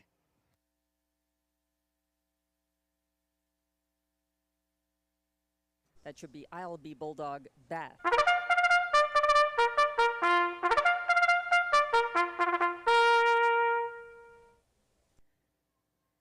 Here comes the post parade now for race 4. These Pacers are non-winners of $5,000 lifetime, with non-winners of a race allowed $4,000. Also, There's allowances for fillies and mares. The purse is $5,600.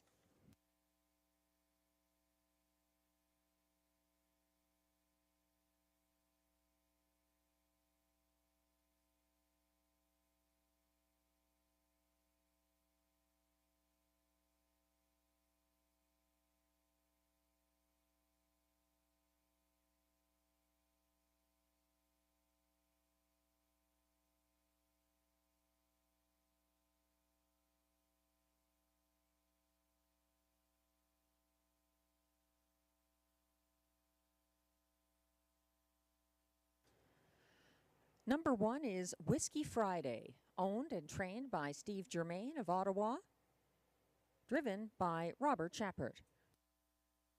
2, Hot Girl Summer is a late vet scratch lame.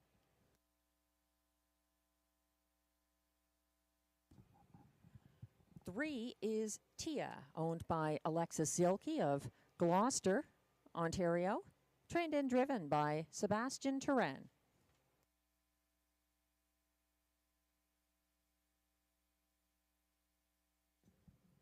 4 is TH Cha Cha Cha, owned, trained, and driven by John McMillan of Odessa, Ontario.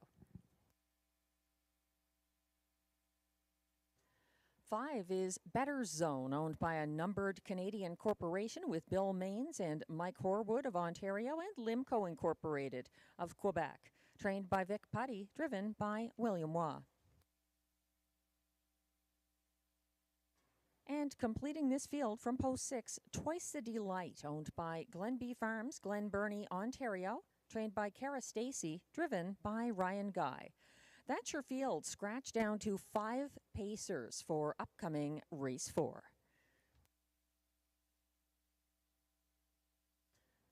Looking good out there right now with John McMillan at the controls. We're now focused on the 4, the current 8-5 favorite, TH Cha Cha Cha, making a quick turnaround. This one had a pocket ride behind the front end 1-2 winning favorite Pizzazz Hanover on Wednesday and lost ground late, racing without Lasix. This is the second start for John McMillan, who has a good chance at his first parimutuel driving win since September 14th, 2019 with Music Note at Kawartha Downs.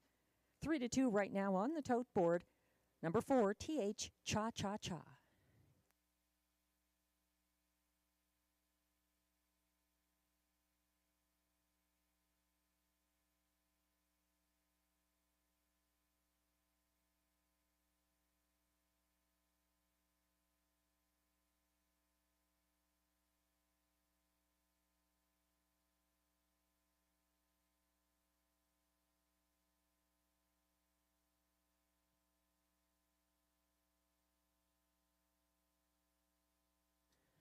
Track handicapper selections are now shown on screen for race 4.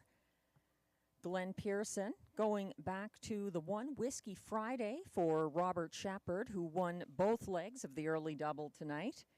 I like Whiskey Friday further down my ticket.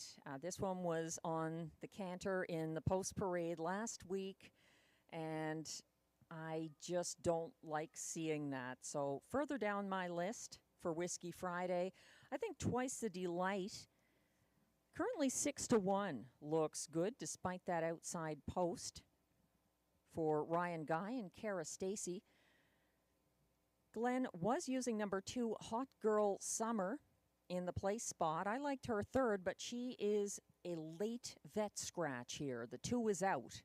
So that means Glenn is going to the 3, Tia for Sebastian Turan, in the place spot, and then Better Zone.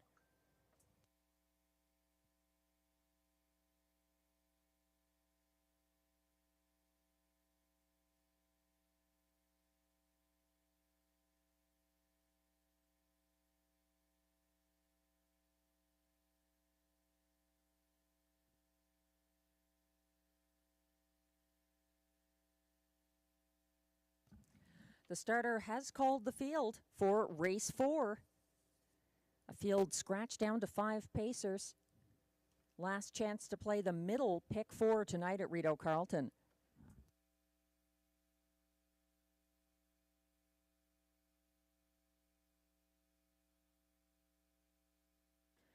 They're lining up now behind the gate for race 4. Twice the Delight is there ahead of the rest. 1 is Whiskey Friday for Robert Shepard. 2, Hot Girl Summer is scratched. 3, Tia, Sebastian Turen. 4, TH Cha Cha Cha, John McMillan. 5, Better Zone, William Waugh. And on the outside, 6 is Twice the Delight for Ryan Guy. They're on the turn.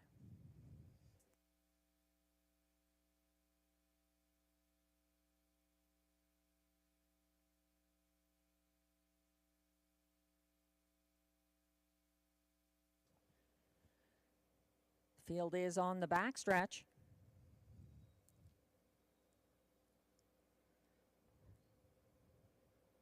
They're off and pacing. It's a staggered start with Twice the Delight and Ryan Guy seizing the opportunity, putting gate speed to use and opening up by a length and a half early. TH Cha Cha Cha and John McMillan going to sit the pocket there.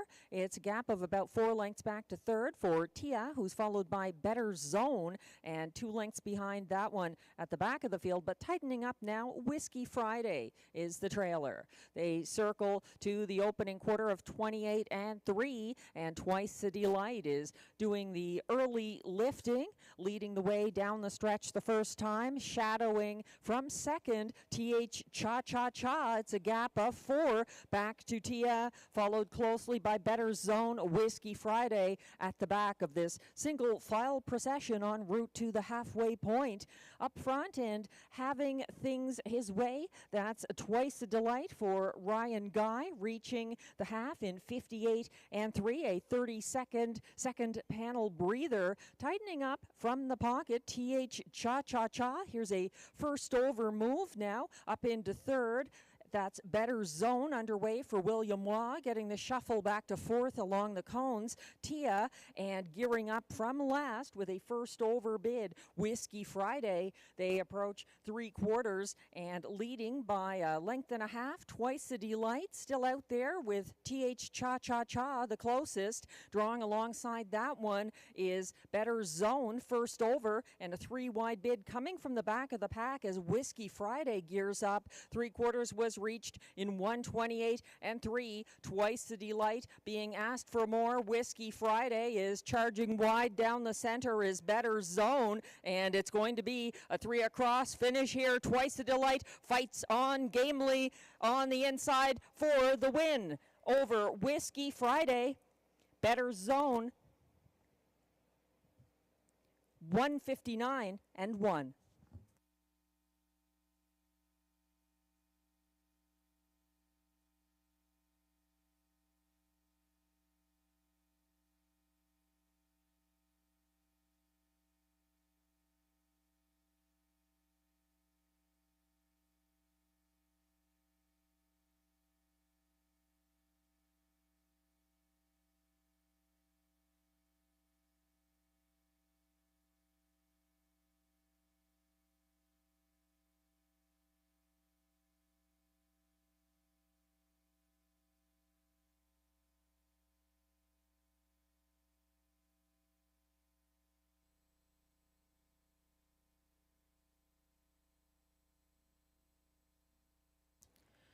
The unofficial top 4 order of finish is now displayed. 7-1 upset for number 6, Twice the Delight, going gate to wire for flying Ryan Guy.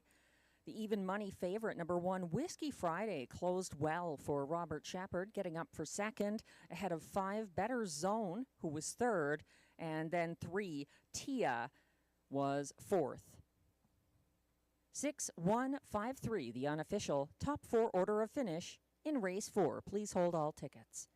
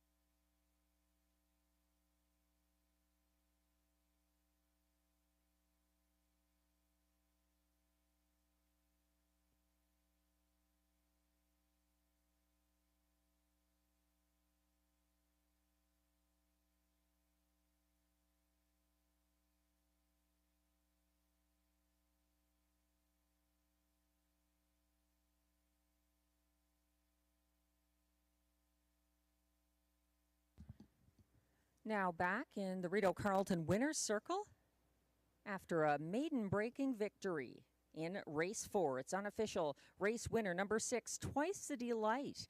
A 4-year-old bay mare by Better's Delight out of Estrellas Delight, owned by Glen B Farms, Glen Burnie, Ontario. Also the breeder of Twice the Delight. The trainer is Cara Stacy. Ryan Guy gets the win with Twice the Delight. Congratulations. That's a 159-1 maiden victory and new lifetime mark.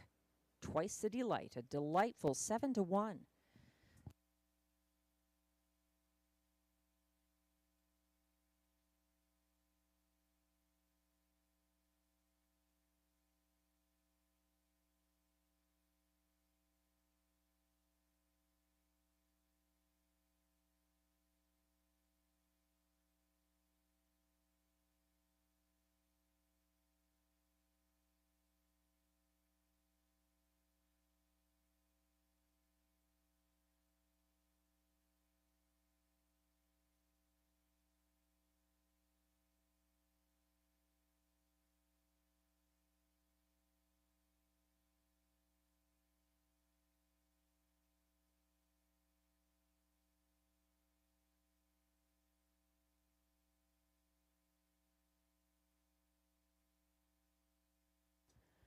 Race 4 results are now official.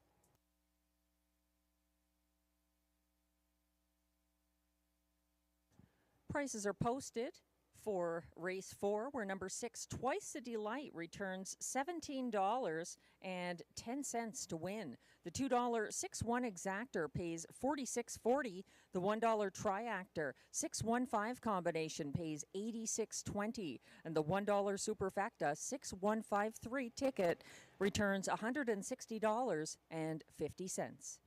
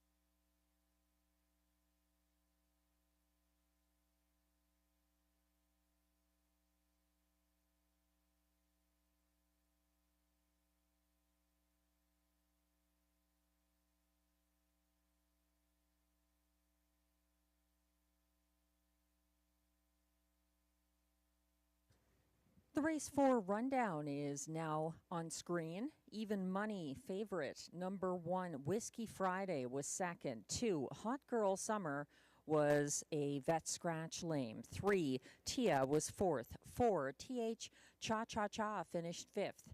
5, Better Zone was third. And 6, Twice the Delight got the maiden victory in line to driver Ryan Guy. 2, Scratch, 4, 5, 3, 1, the order of finish for race 4. The fractions were 28-3 to the opening quarter, 58-3 at the half, 128-3 at 3/4, 159-1. Now the lifetime best for Twice a Delight.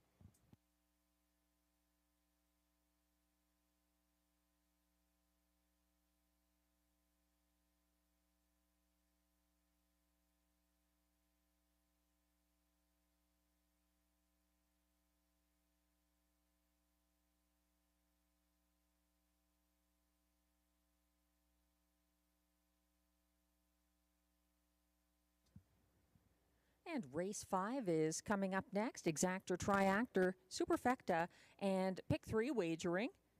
Glenn and I see it a little differently. Glenn really likes the 1, Stonebridge Hermes, the current 3-5 favorite for trainer-driver Jacques Baudouin. He's using that one over the 4, Gascoigne Sunday, for trainer John McMillan and driver Ryan Guy. That's my top choice here. I like the 3, Betts Beach, for Yves Tessier and Pascal Berube in the place spot. That's a horse that Glenn is leaving out of his ticket. In the show spot, he likes number 6, Arizona Jackson, for Kara Stacy and driver Clark Stacy. And then his superfecta, he's using the 5, Springbridge Gym, for trainer-driver Andrew Moore to complete the ticket. I have Gascoigne Sunday, the 4, over the 3, Betts Beach. Then I'm going to the 2, Well Worth the Wait, for Brian Scott, and we'll have to see if Marie-Claude Auger has arrived yet to drive the 2, well worth the wait here. And I am using the 1, Stonebridge Hermes, but he is 4th in my ticket as it stands. So some differing opinions in race 5 coming up next.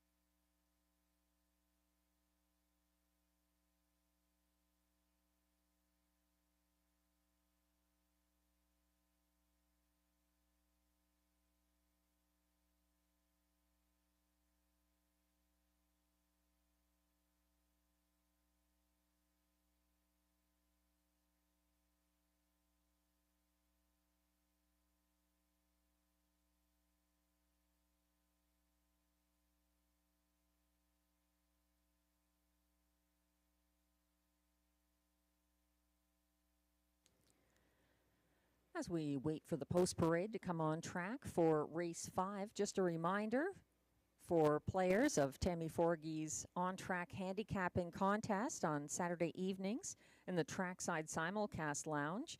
The jackpot has not been hit yet. It's up to $1,300 after last night. That's what's going to be on offer next Saturday night in the Trackside Simulcast Lounge in this free-to-play contest, Saturday evenings. So Saturday, May 24th, a $1,300 jackpot.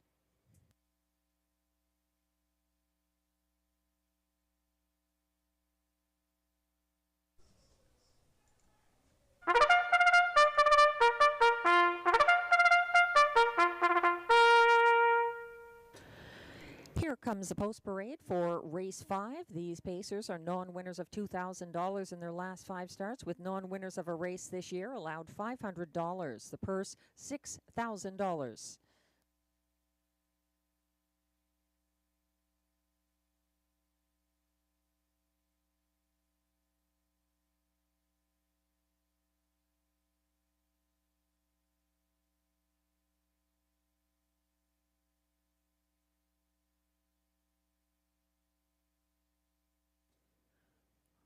1 is current 3 to 5 favorite Stonebridge Hermes, owned, trained, and driven by Jacques Baudouin of Menotick, Ontario. 2 is Well Worth the Wait, owned by Catherine and Lauren Scott of Brinston, Ontario, trained by Brian Scott, and Marie-Claude Auger is in the bike, her first drive of the night at Rideau Carleton. 3 is Betts Beach, owned by Gina Bragagnolo with trainer Yves Tessier, both of Trois-Rivières, and Jean Allaire of Montreal, Quebec, shares ownership. Pascal Berube drives.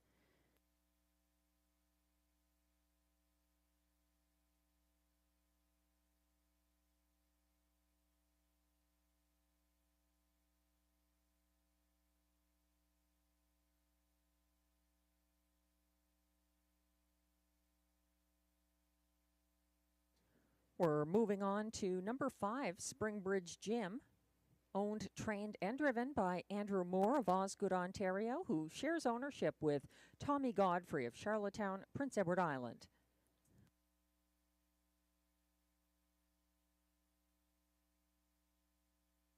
Here's the 4, Gascoigne Sunday, now on track, owned by John McMillan and Aidan Keeley-Griffiths, both of Odessa, Ontario, trained by John McMillan and driven by Ryan Guy. And favoritism has shifted to number 6, Arizona Jackson, currently 6 to 5 in the win pool for owner Robin Morley of Mildmay, Ontario. He's trained by Kara Stacey and driven by Clark Stacey. That's your field of 6 pacers for upcoming race 5. No changes.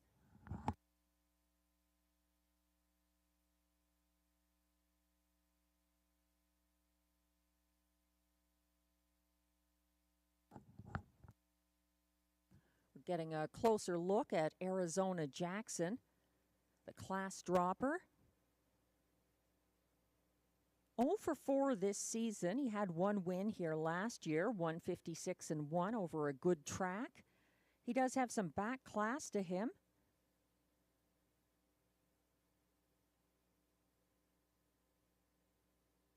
The class relief really to his advantage here.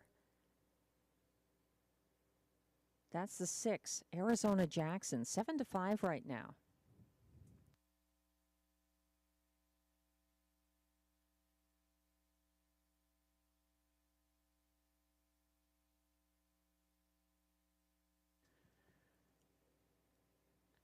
My top choice this race is the 4, Gascoigne Sunday, who dropped back to single file 4th off the gate Sunday for driver Ryan Guy and followed the pace setter Stonebridge Hermes, who has the rail here. Gascoigne Sunday gained ground along the pylons when Well Worth the Wait tipped first over, approaching 3/4 and made a late sprint up the inside path. He was just a half length away from catching his stablemate Fancy Lettering. That's the 4, Gascoigne Sunday. Number 1, Stonebridge Hermes, also very good looking here from the rail, 8 to 5 right now. He was a beaten 1 to 9 favorite who got collared by Fancy Lettering and Gascoigne Sunday late Sunday. Rail advantage for a front end loving pacer tonight. Stonebridge Hermes. 7 to 2 right now on the class dropping number 3, Betts Beach. He and Pascal Berube crushed in a going away qualifier at Rideau Carleton on May 4th. And now Betts Beach is back from the Hippodrome 3R Preferred, where he set the pace for Denis St. Pierre last Sunday and faded late. He had a 3-race Rideau win streak starting on May 26th of last season. That's the 3, Betts Beach. And the 2, Well Worth the Wait, overlooked on the tote board, 11 to 1. I'm using 3rd in my ticket. Well Worth the Wait, picking up catch driver Marie-Claude Auger. And this one wired at a higher level for a different driver on September 1st, 2024 for his most recent win. He lost ground late Sunday.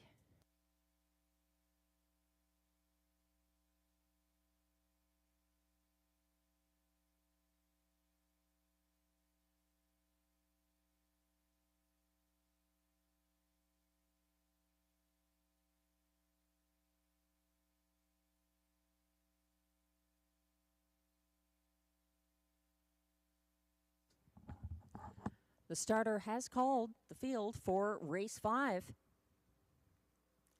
Still time to play the pick 3 that begins here, if you hurry. The Pacers are lining up now. 1 is Stonebridge Hermes for Jacques Baudouin. 2, well worth the wait, Marie-Claude Auger. 3, Betts Beach, Pascal Berube. 4, Gascoigne Sunday, Ryan Guy. 5, Springbridge Jim, Andy Moore. And on the outside, 6, Arizona Jackson, Clark Stacy.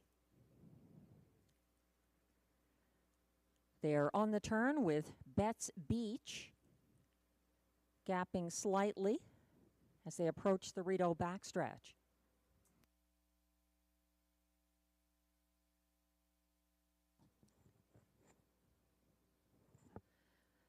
They are lined up on the backstretch, approaching the start for race 5.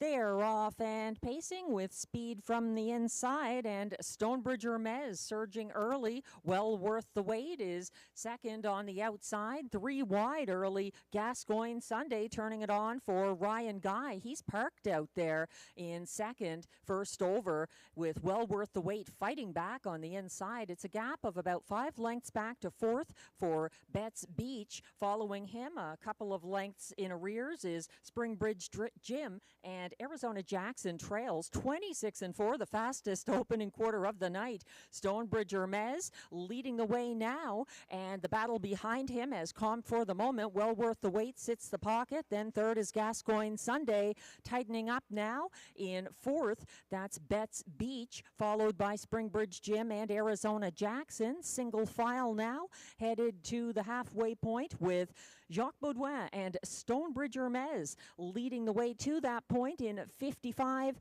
and 4, a 29-second second quarter. He looks comfortable on the front end, and he's there keeping about a length and a half ahead of next closest. Well worth the wait. Here comes a first over move, but he's gapping in third. That's Gascoigne Sunday being asked, and now circling him, Betts Beach and Berube are advancing first over as Gascoigne Sunday returns to the pylons. Also, a second over move from the back of the field from Arizona Jackson and Clark Stacy. Shuffled to last, Springbridge Jim, 124 and 2 at 3/4. And that is Stonebridge Hermes trying to see this through. Stalked by well worth the wait, who makes a move up the inside path late. Charging hard, widest of all, Arizona Jackson. But Stonebridge Hermes, the race winner for Jacques Baudouin over Arizona Jackson. Well worth the wait, and Betts Beach, 154 flat.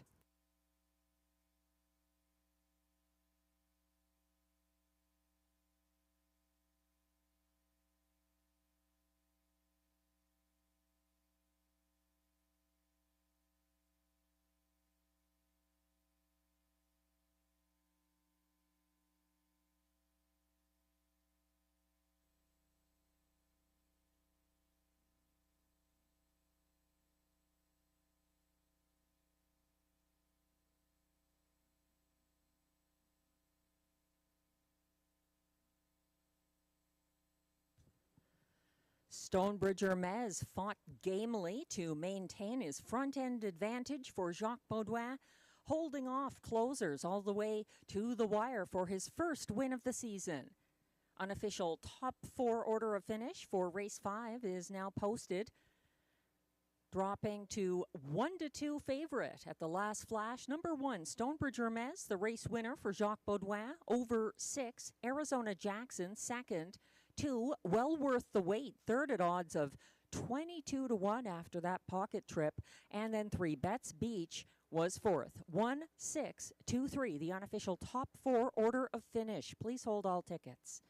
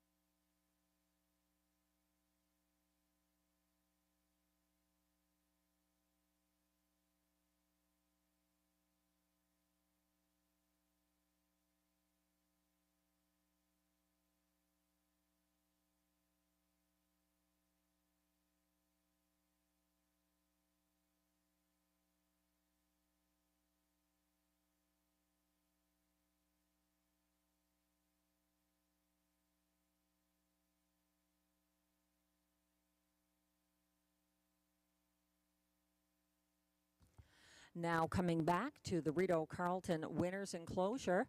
It's unofficial race 5 winner. Number 1, Stonebridger Mez. He's a 6-year-old bay horse by betting line out of Glacier Express, owned, trained, and driven by Jacques Baudouin of Manotick, Ontario, bred by Angie Stiller of Arva, Ontario. Win number 1 this year for Stonebridger Mez, 154 flat. And I have to thank John McMillan for letting me know that Gilles Baudouin, who is missed on the backstretch at Rideau Carleton, is who Jacques Baudouin wanted to send out this win to. So I was told, should Stonebridger Mez win today's 5th race, the Baudouin family would like to dedicate the win to the wonderful nurses at the Civic Hospital. Congratulations, Stonebridger Mez and Jacques Baudouin. All the best to Gilles Baudouin and the wonderful nurses at the Civic Hospital.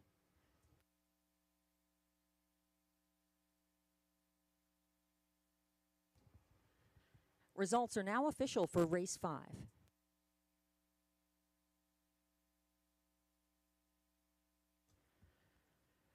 And prices are posted. 1 Stonebridger Mez returns $3 to win. The $2 1/6 exactor pays $12.50. The $1 pick 3 2/7 with 6 and 1 3 of 3 pays $24.55. The $1 pick 4 4 of 4 $124.60 if you had it for $1, or $24.92 if you had it for 20 cents. The 2 with 2/7 with 6 with 1 ticket for the pick 4. The $1 162 triactor pays $45.90, and it's $116.60 for the $1 superfecta 1-6-2-3 combination.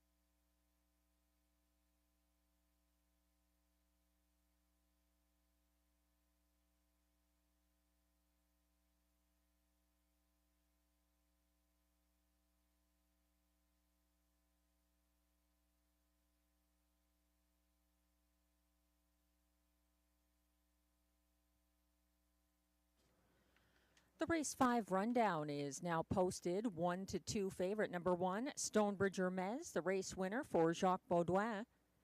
2, Well Worth the Wait, was 3rd. 3, Betts Beach, 4th. 4, Gascoigne Sunday was 6th. 5, Springbridge Gym, 5th. And 6, Arizona Jackson, 2nd. From the top down, your program should read 1, 3, 4, 6, 5, 2. The fractions were 26 and 4 to the quarter, 55 and 4 at the half, 124 and 2 at 3/4, 154 flat. The winning mile and first seasonal victory for Stonebridge Hermes.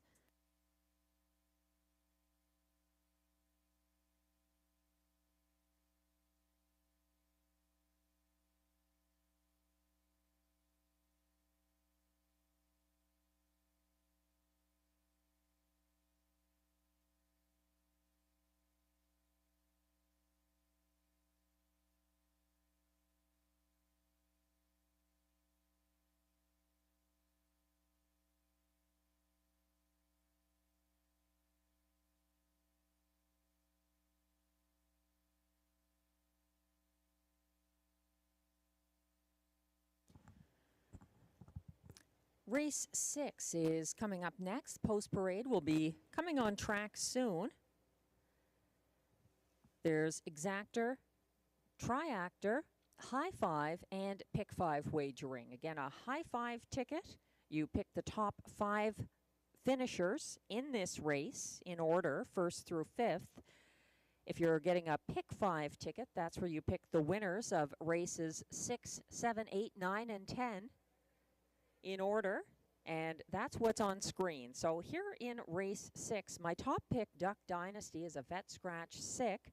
That leaves me with the 7, Captain of Rock and Roll for Guy Gagnon and Jacob Copley. That one claimed Captain of Rock and Roll recently at Flamborough after a good effort. The 1, AJ Morelli for Ryan Guy looks good as well here. If I were to throw in another horse, it might be the 2, Thrilling Times, the current 3 to 5 favorite.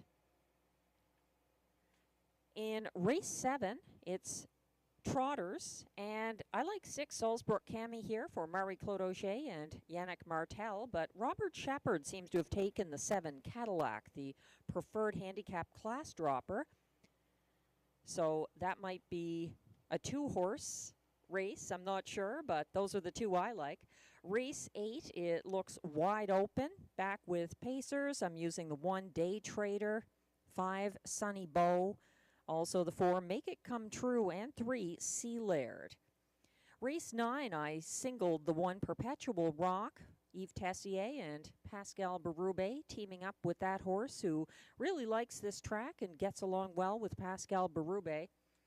And then in race 10, going with 3 horses there, a couple of them new to Rideau Carleton, the 2 Newscaster for Luc Loyer and Ryan Guy, the 3 Better at High Tide, Mandy Archer and Guy Gagnon, and the 4 Dr. Mickey, Paul Laframboise, listing catch driver Robert Shepard for the first time this season instead of driving himself. So there you go, my Pick 5 ticket, 20-cent base wager, 15% takeout.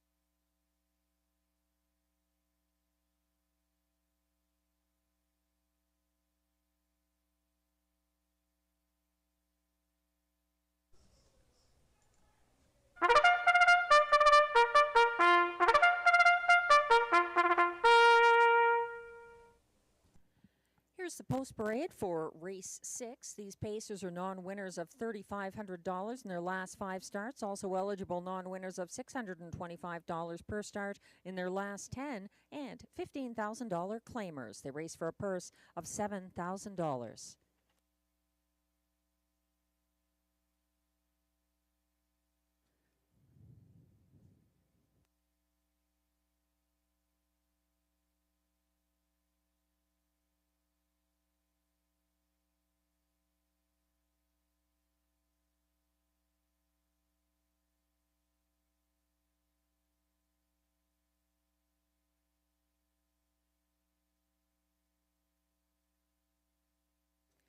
One is A.J. Morelli, owned by Francois Morin of Beauceville, Quebec, trained by Louis-Philippe Turcotte, driven by Ryan Guy. 2 is the current 3 to 5 favorite, Thrilling Times, owned by Gilles Plourde with trainer Karen Kroger of Chelsea, Quebec, and driven by Pascal Berube. 3 is Monty's Gone Marble, owned by Jeff and April Murphy of Iroquois, Ontario, trained by John McMillan, driven by Marie-Claude Auger. 4 is No Time at All, owned by Jean Allaire, Gina Bragagnolo, and trainer Yves Tessier, all of Quebec. Jason Gilchrist gets the catch drive. 5, Duck Dynasty is a vet scratch, sick.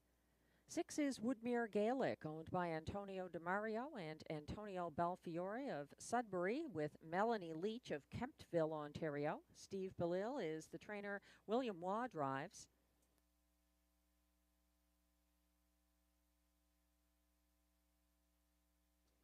7 is Rideau Newcomer, captain of Rock and Roll, owned by trainer Jacob Copley with Mandy Archer of Kenmore, Ontario. Guy Gagnon drives.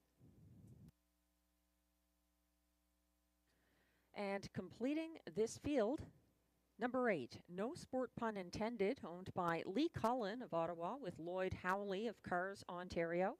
Trainer Mike Armstrong and Robert Shepard is in the sulky.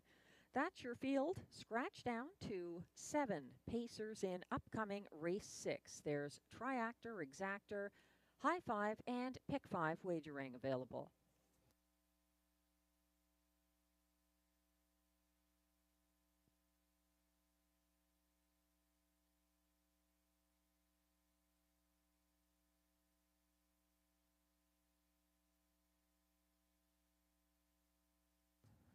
Getting a closer look at the 4 to 5 favorite here. Number 2, Thrilling Times. 1 win this season. That was at Woodbine Mohawk Park back on March 31st. He led much of the mile here, May 11th, and was stung late. RJ's Super Freak getting the win with McWicked Time up for place in that mile. Thrilling Times holding on for show. Pascal Berube back in the bike here behind the 5-time 2024 winner. He's got more class relief. He had class relief dropping in from Mohawk on May 11th and a little bit more here.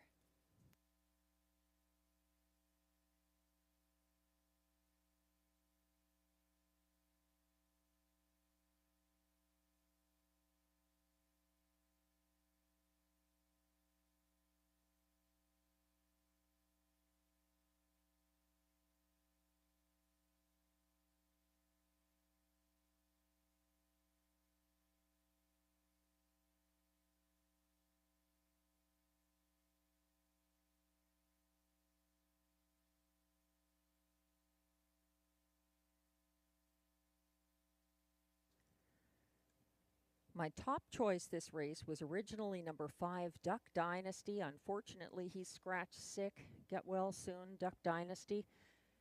My second choice is 5 to 2 right now. The class dropper, number 7, Captain of Rock and Roll, making a debut for co-owner, trainer Jacob Copley. Captain of Rock and Roll was claimed at Flamborough May 8th and had a trailing post. He tipped from second over fifth on the second turn to follow the cover of KJ Owen, who flushed out Collier Bluff before the half, and he made a 3-wide move at 3/4 and race wide to the wire. It was a game effort. The post position still not ideal, but with the scratch of the 5, it's a little more manageable. So 5-2, reasonable odds for number 7, Captain of Rock and Roll.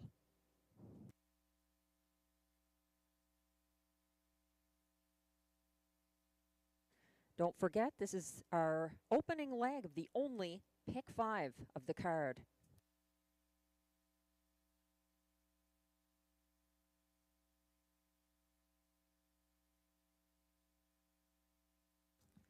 Starter has called the field for race 6. Still time to get involved. Exactor, triactor, high 5, and pick 5 wagering here in race 6. 1 is AJ Morelli, Ryan Guy. 2, Thrilling Times, Pascal Berube. 3, Monty's Gone Marble, Marie-Claude Auger. 4, No Time at All, Jason Gilchrist. 5, Duck Dynasty is scratched. 6 is Woodmere Gaelic for William Waugh. 7, Captain of Rock and Roll, Guy Gagnon. And 8, No Sport Pun Intended, Robert Shepard.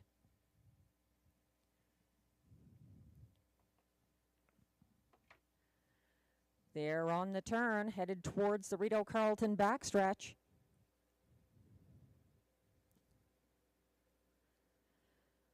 They're all in line.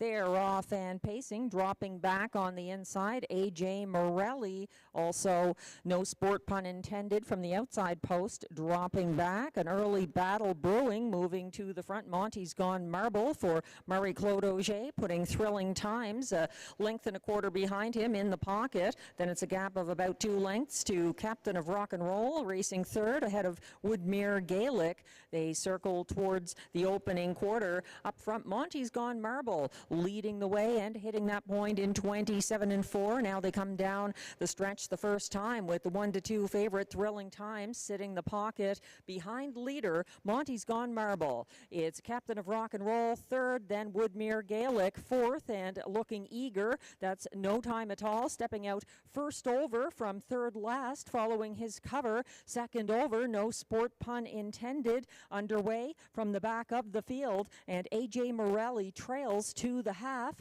reached in 56-4, a 29-second second quarter for leader Monty's Gone Marble, stalked by Thrilling Times from the pocket, and now underway first over to challenge, that's No Time at All, and Jason Gilchrist ranging up into second on the outside. Thrilling Times caught in third along the inside, second over, and gearing up for Robert Shepard from fourth, No Sport Pun Intended, following his cover. AJ Morelli is third over, advancing into fifth on the outside, and gearing up from farther back, that's Woodmere Gaelic, who got the shuffle. They went by 3/4, 126 flat.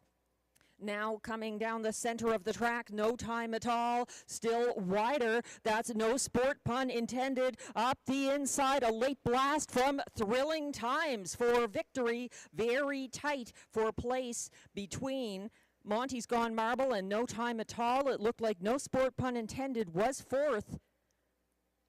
155-2.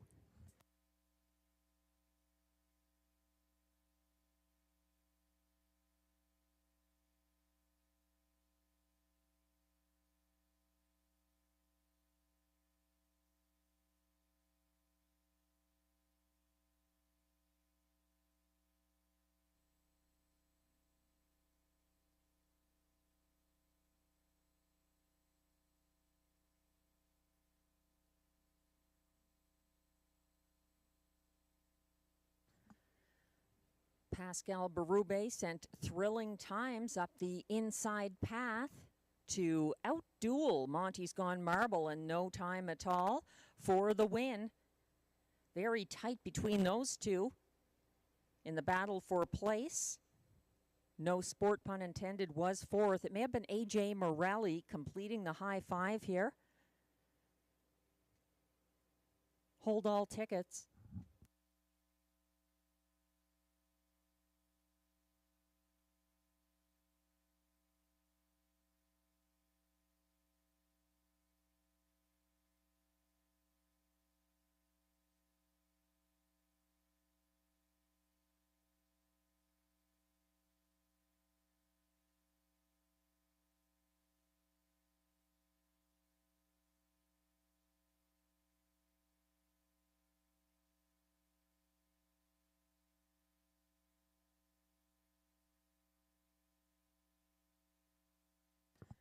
The AGCO judges have just informed me that it really was too close to call for place. The 3 and the 4, Monty's Gone Marble and No Time at All, have dead heated for place behind winner and 1-2 favorite, number 2, Thrilling Times, driven by Pascal Berube.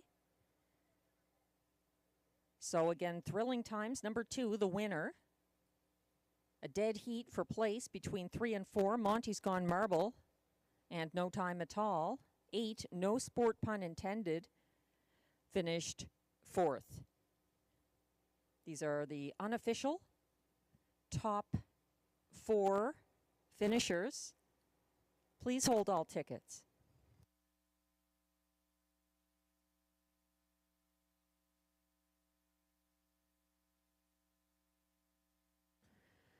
Now coming back to the Rideau Carleton Winners Circle, unofficial race 6 winner, number 2, Thrilling Times. A 9-year-old big gelding by Mach 3 out of Thrillionaire, owned by Gilles Plourde with Karen Kroger, his trainer, from Chelsea, Quebec. Thrilling Times was bred by Gilles Plourde and Karen Kroger. And Pascal Berube, the winning driver tonight. That's the second win this season, 155-2. Seasonal best for Thrilling Times. Congratulations.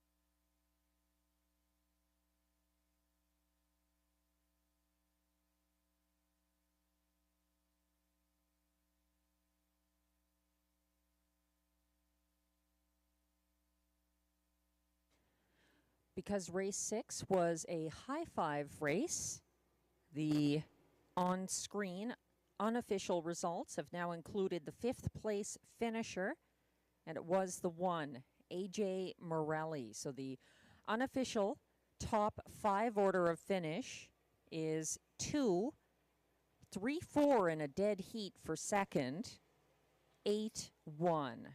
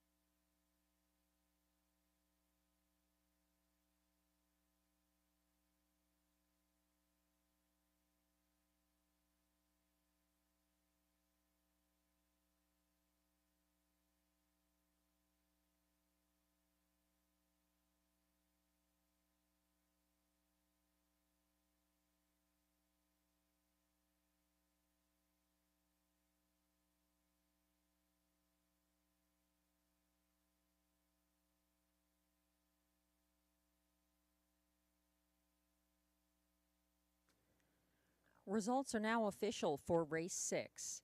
Number 2, Thrilling Times, pays $3.10 to win. The $2.23 exactor pays $4.20. If you had the $2.24 exactor, it's $14.70. The $1.243 triactor pays $13.35.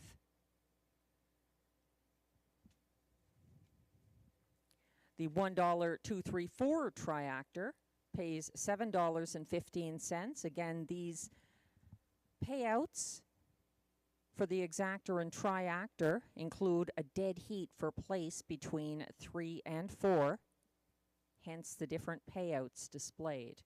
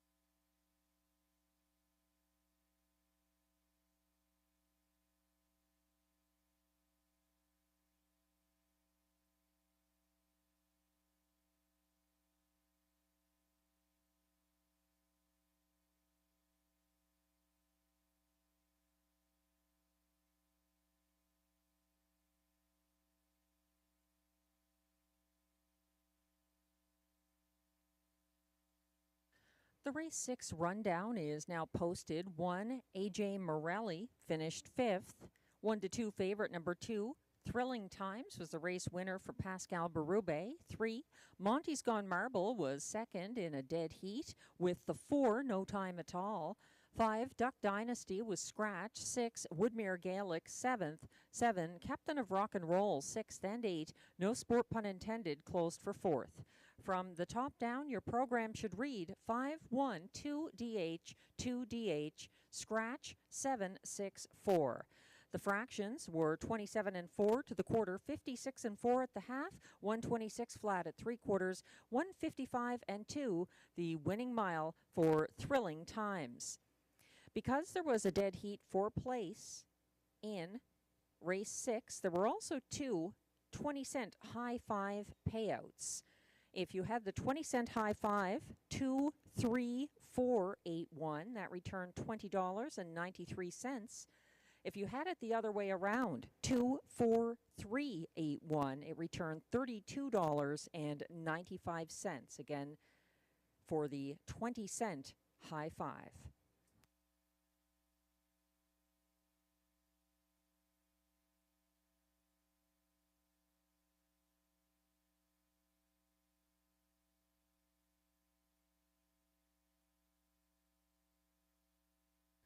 Race 7 is coming up next. I see a couple of claims now in race 8. Seel, number 3, has a claim entered, and so does 2, Let's Get Pickled. Both of them in upcoming race 8.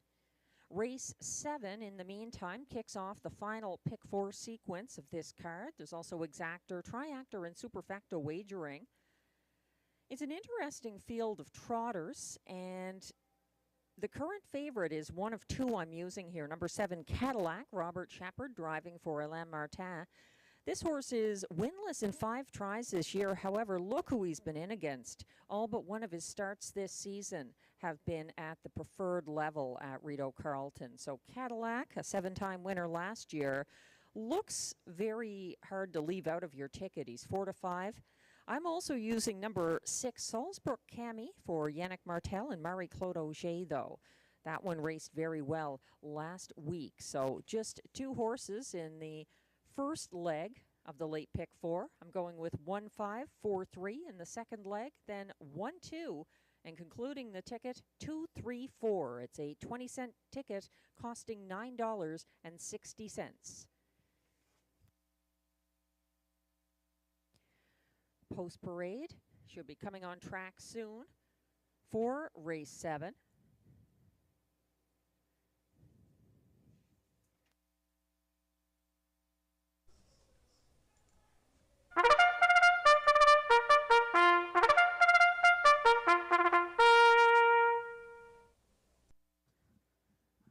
And here they are, the trotters for the race 7 Post Parade. They are non-winners of $2,250 in their last 5 starts, or this year also eligible $12,000 claimers, and also eligible non-winners of $400 per start in their last 10 races. Allowances for fillies and mares, and a purse here of $7,000.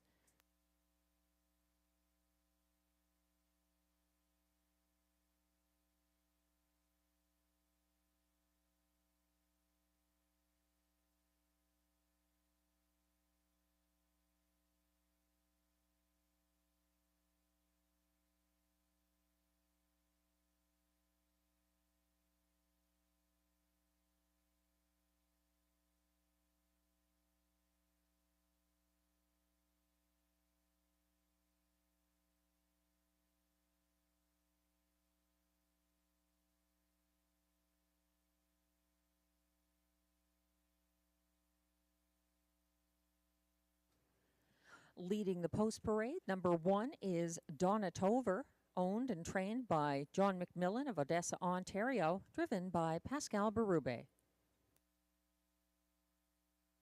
2 is Yo Cheyenne, owned by Melanie Plourde and a numbered Quebec Corporation of Gloucester, Ontario. Stéphane Pouliot trains and drives. 3 is Saint-Ambrogio, owned by Investissement KFB, Sorel Tracy, Quebec, along with trainer-driver Carl Duguay of Trois-Rivières, Quebec. 4 is Tricks and Stones, owned and trained by Carl Duguay, Trois-Rivières, Quebec. William Waugh drives.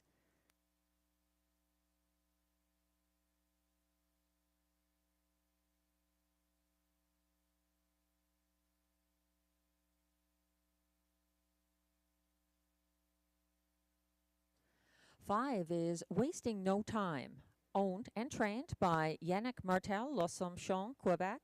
Ryan Guy drives.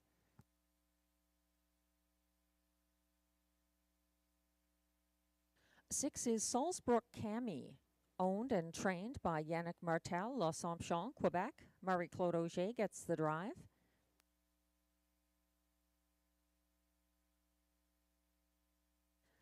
And rounding out the field from post 7, it's the current even money favorite, Cadillac, owned by Michel Grenier, Gatineau, Quebec, trained by Alain Martin, driven by Robert Shepard. That's your field of 7 trotters for upcoming race 7. No changes, exactor, triactor, superfecta, and late pick 4 wagering.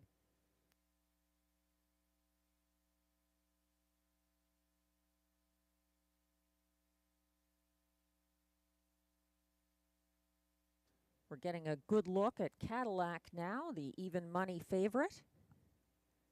From post 7, he looks like Robert Shepard's possible choice over the 6 Salzburg Cami. On the class drop from the preferred, Cadillac intriguingly wired 6 pacers in a November 17th, 2024 Rideau qualifier. So I think he's shown he has some gate speed and can handle the outside post position. I like the 6 here, and so does Glenn Pearson as a second choice. I'm using her on top, 9-1 right now on 6. Salzburg Cami teaming up for the first time with Marie-Claude Auger. Salzburg Cami back down to second last on the first turn Sunday and gained ground with the first over brush to fourth along the backstretch, flushing out CrossFit on the final turn. She was 3 wide for the stretch drive and trotted the field's fastest last quarter, 29 flat for show behind Riviera Beach. Underrated on the tote board. That's a 6, Salzburg Cami. Glenn likes the 1 on top, Donna Tover, who won back-to-back starts here on May 30th and June 6th of 2024 for different drivers. Donna Tover was first to the front Sunday, got parked by Riviera Beach on the opening turn, and made front again only to get circled again by Riviera Beach. He enjoyed a pocket ride and unfortunately lost ground late. 5-2 right now on the 1, Donna Tover. Superfecta here. Glenn is going to the 5, wasting no time in the show spot, and he's using Cadillac 4th in his ticket. I like Salzburg Cami on top. I'm using Cadillac in the place spot, Donna Tover 3rd, and going to one of the Carl Duguay trotters here, number 3, Sant'Ambrogio, to complete the superfecta.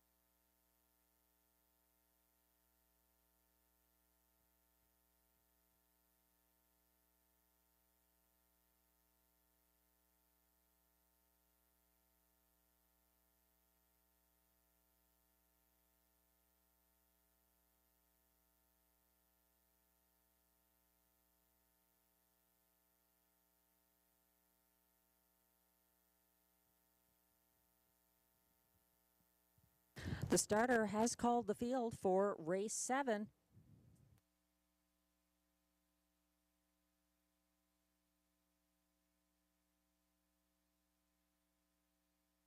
Last chance tonight to play the pick 4 at Rideau Carleton. The trotters are lining up now. Number 1, Donna Tover, first behind the gate for Pascal Berube.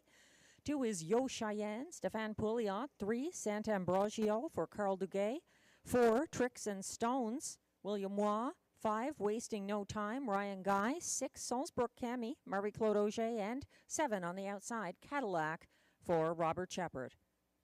They're on the turn.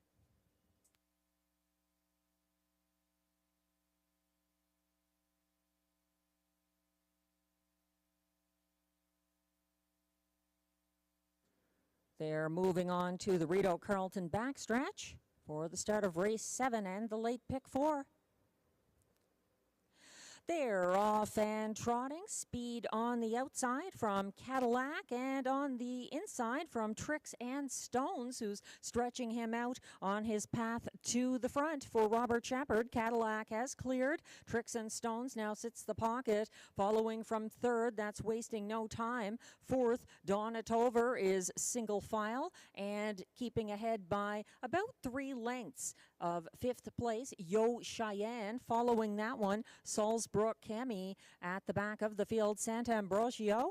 They went by the opening quarter in 28 flat, and that's Cadillac looking like one striding down the stretch the first time, shadowed by Tricks and Stones. Wasting No Time sits 3rd, and then it's back to Donna Tover, who looks to flush out Wasting No Time and does so, approaching the halfway point. Still up front, though, leading the way.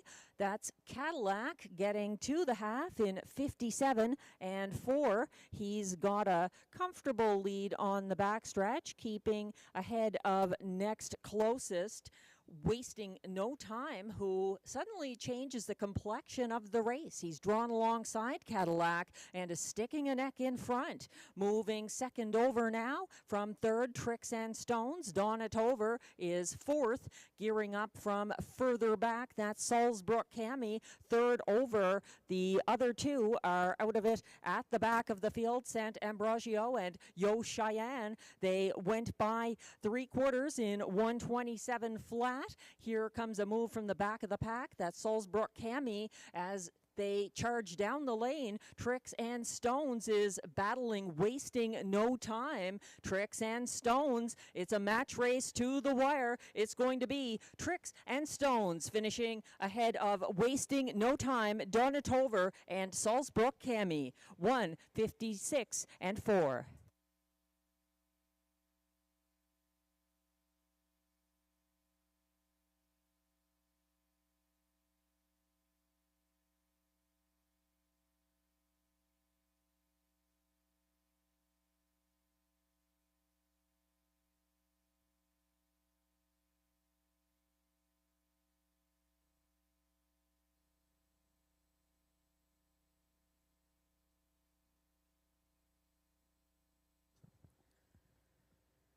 It's set up like a match race down the stretch with Tricks and Stones and Wasting No Time, just matching strides late and pulling ahead.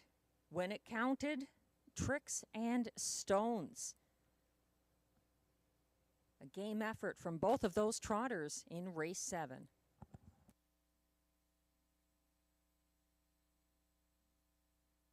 The unofficial top 4 finishers are now posted for race 7. At odds of 5-1. Number 4, Tricks and Stones, the winner for William Waugh. Second was 5, Wasting No Time. 1, Donatover was third. And 6, Salzbrook Cami closed for fourth. 4, 5, 1, 6, the unofficial top 4 order of finish. Please hold all tickets.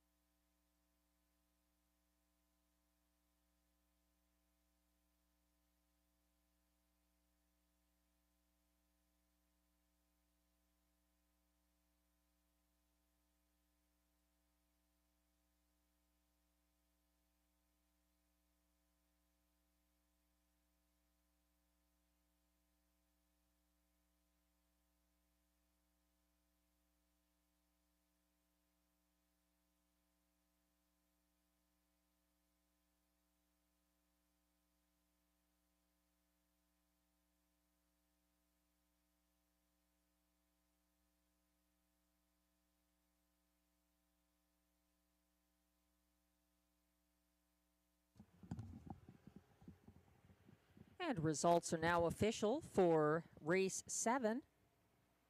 Prices are posted.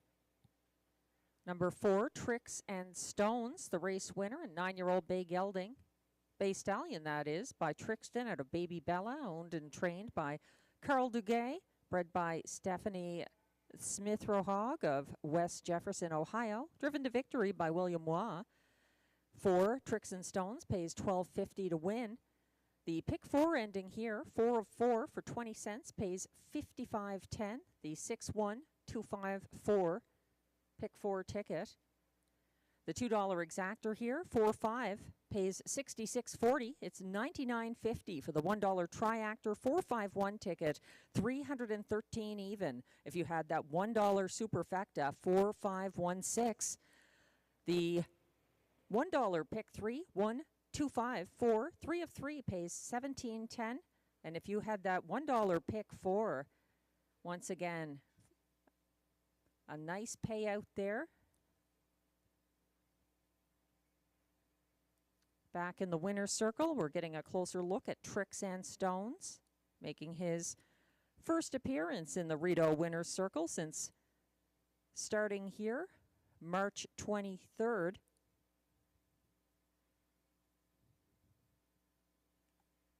It's a seasonal best, 156-4 for Tricks and Stones. Congratulations.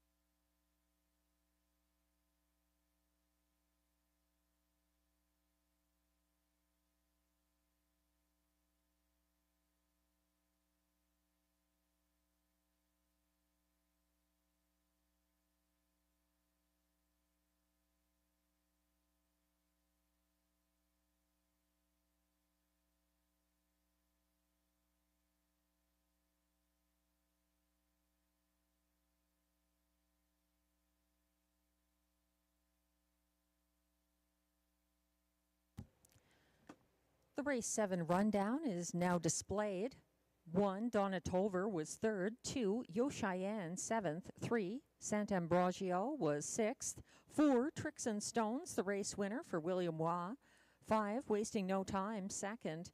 6, Salzbrook Cami closed for 4th. And 4 to 5 favorite, number 7, Cadillac, was 5th. From the top down, your program should read 3, 7, 6, 1, 2, 4, 5. The fractions were 28 flat to the quarter, 57-4 at the half, 127 flat at 3/4, 156-4 the winning mile in race 7 for Tricks and Stones. Race 8 is coming up next. Track handicapper selections now on screen. Just a quick NHL update here. The Florida Panthers are leading the Toronto Maple Leafs 3-0 right now in Game 7. The series tied 3-3 in Round 2, the Stanley Cup playoffs. So the Panthers leading 3-0 with about 10 minutes left in the second period. So moving on to Race 8.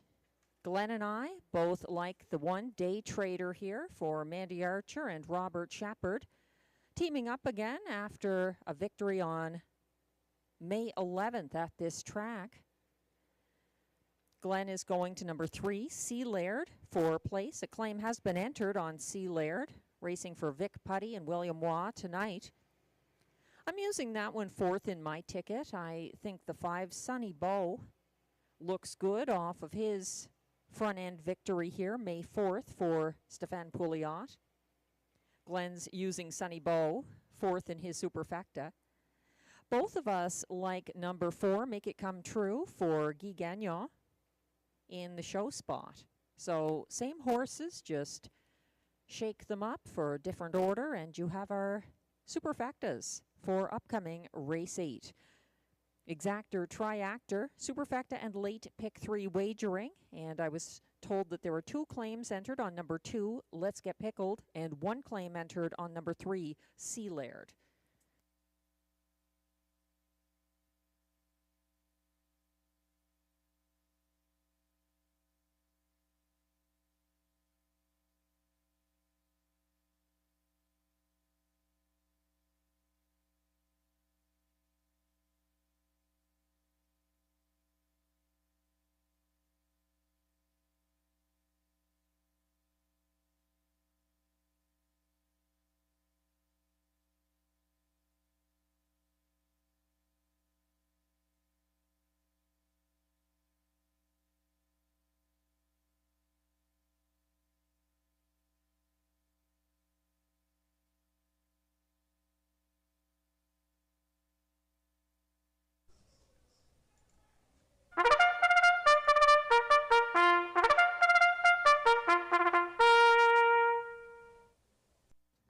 And the post parade is coming on track for Race 8. This field consists of $10,500 claiming pacers racing for a purse of $6,000.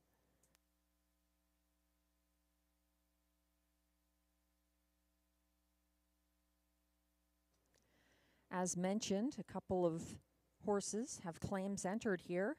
2 of them entered on the 2, Let's Get Pickled, and 1 on 3, Seel.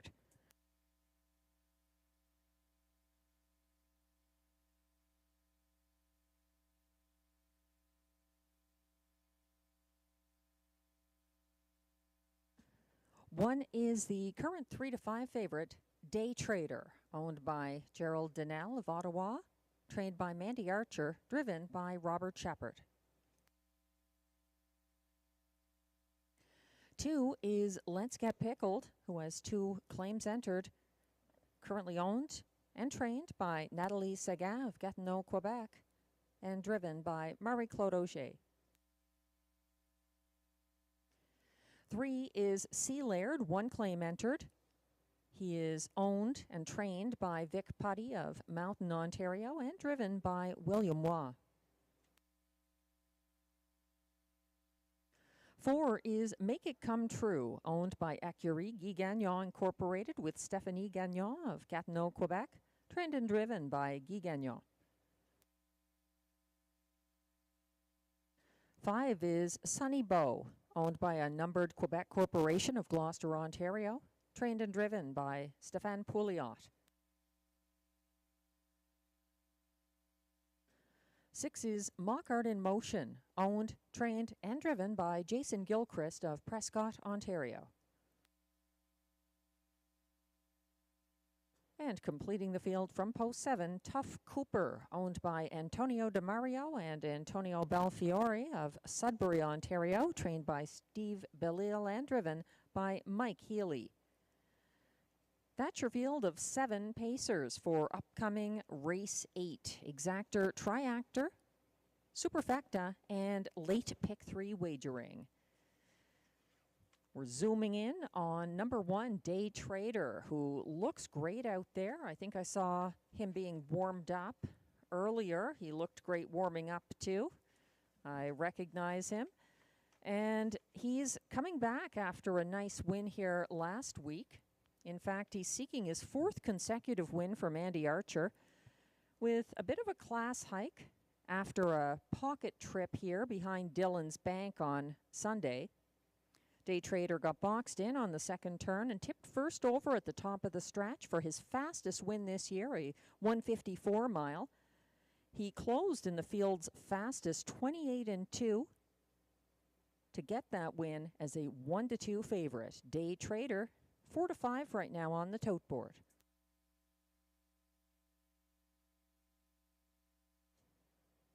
$10-1 the price on number 5, Sunny Bow. Stepping up in class here. He made front early, May 4th. He was dueling with a 3-wide Lady for $1 to the opening quarter. Reclaimed the lead from him past that quarter and held off a wall of closers late. He hasn't missed the exactor so far this meet. That's number 5, Sunny Bow. 4, Make It Come True, is getting some post relief. He was 3 wide in pursuit of Love My Rockin' Bird on the first turn Sunday. He cleared and led into deep stretch but got collared in the final strides by Love My Rockin' Bird. And he's up in class here, but 3-1. The current odds for number 4, Make It Come True.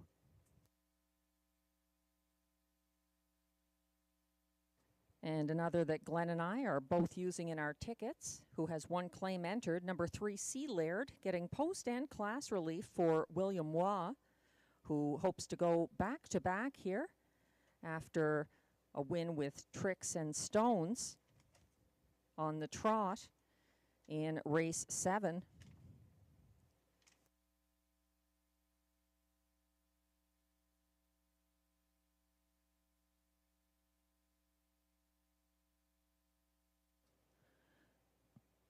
Seel crushed on the front end here for Guy Gagnon back on April 30th, and he was parked with excess cover and faded late Sunday. So we'll see what he does with the post and class relief in upcoming race 8. He's 5-1 right now.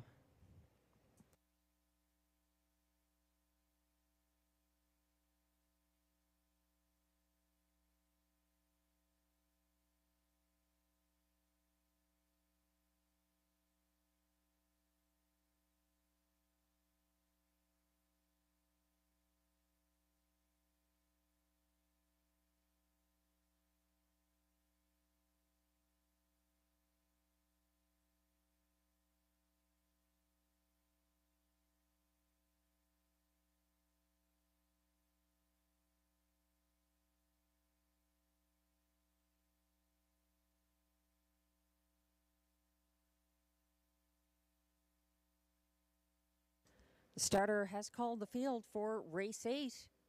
This is your final chance tonight to play the pick 3 at Rideau Carleton. They're lining up now. 1 is Day Trader for Robert Shepard. 2, Let's Get Pickled, Marie-Claude Auger. 3, Seel, William Waugh. 4, Make It Come True, Guy Gagnon. 5, Sunny Bow, racing to catch the others. 6 is Mockart in Motion, Jason Gilchrist. And 7, Tough Cooper for Mike Healy there on the turn.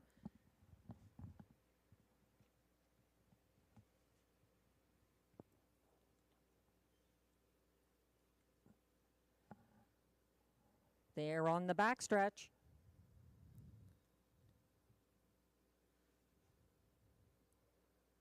And they're off, and it's a bunch of them leaving from mid-pack, sticking his head in front, Make It Come True, and Guy Gagnon are leaving early and pressing the pace. 3 wide early, Sunny Bow and Stéphane Pouliot draw alongside. Also scooting up the cones, Let's Get Pickled and Marie-Claude Auger, but it's a 2-horse battle right now. Make It Come True and Sunny Bow, bridle to bridle, approaching the opening quarter, 27-1, a good clip for the early speed here. Sonny Bow now making front and Make It Come True. Doesn't look happy with that. He's out again for Gagnon to challenge for the lead. That's Let's Get Pickled. 2 lengths back in third. Second over now advancing. Day Trader underway, and he's towing a third over. Sea Laird into it at the back of the pack. Mock Art in motion, and Tough Cooper is trailing to the half. Reached in 56 and 1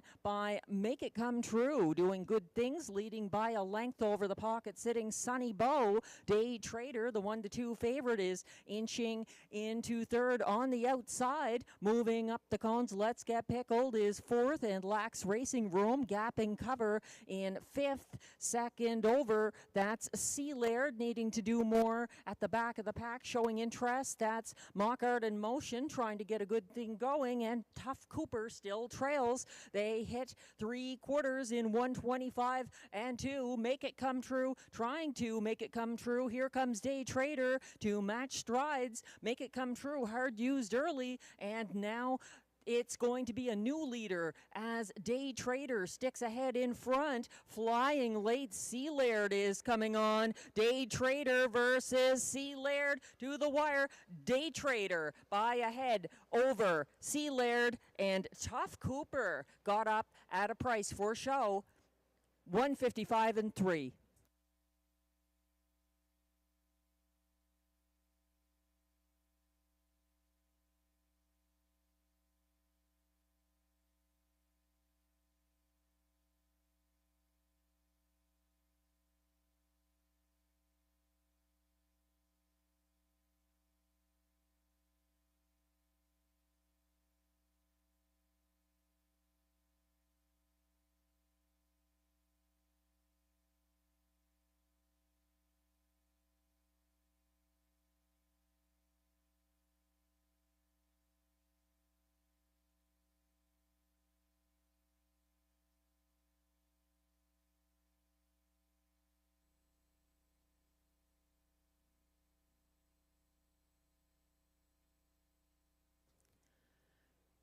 It was another thrilling stretch duel here at Rideau Carleton. This one coming out in favor of the favorite. Number 1, Day Trader, a 1-2 top choice, getting that victory for Robert Shepard, holding off a hard-charging Sea Laird, who was second, and at 40-1. That's number 7, Tough Cooper, for Mike Healy on the scene late, ahead of the pace setter, number 4, Make It Come True, who finished fourth, 1-3-7-4, the unofficial top 4 order of finish in race 8. Please hold all tickets.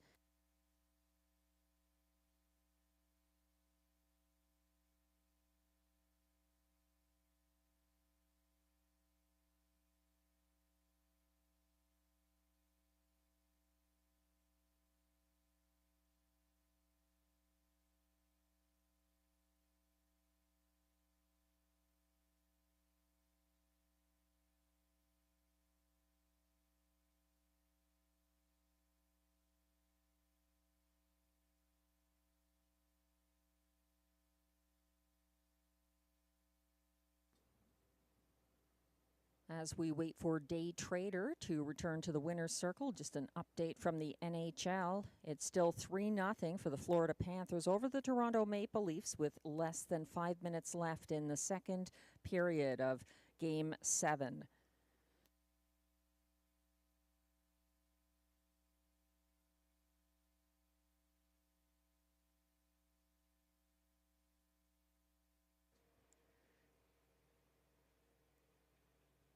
Returning to the Rideau Carleton winner's circle with his win streak up to 4 now. It's unofficial winner, number 1, Day Trader.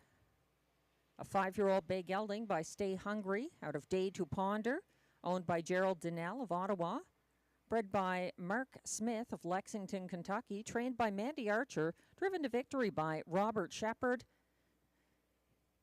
155 and 3. That's seasonal victory number 7 in his 14th start of the year. He's won half of them. An impressive record for Day Trader.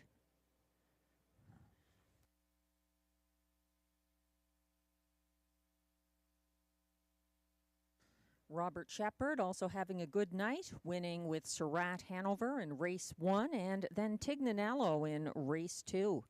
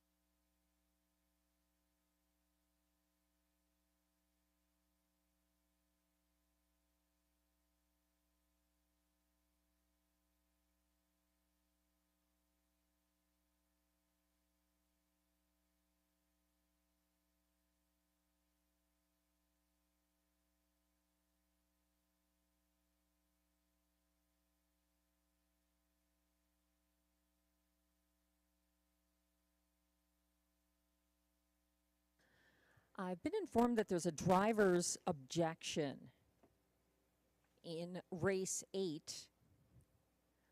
The driver objection lodged by Jason Gilchrist, the driver of number 6, Mockart in Motion in race 8. And that objection is against the driver of number 2, Let's Get Pickled, Marie-Claude Auger, regarding action near 3/4. So these results remain unofficial. And the driver objection under review by the AGCO judges, again, concerns the 6 Mockart in Motion, driven by Jason Gilchrist, and action near 3/4, where the 2 Let's Get Pickled, driven by Marie-Claude Auger, may have been involved in something. So we'll wait and hear back from the judges about the driver objection, 6-2 in race 8.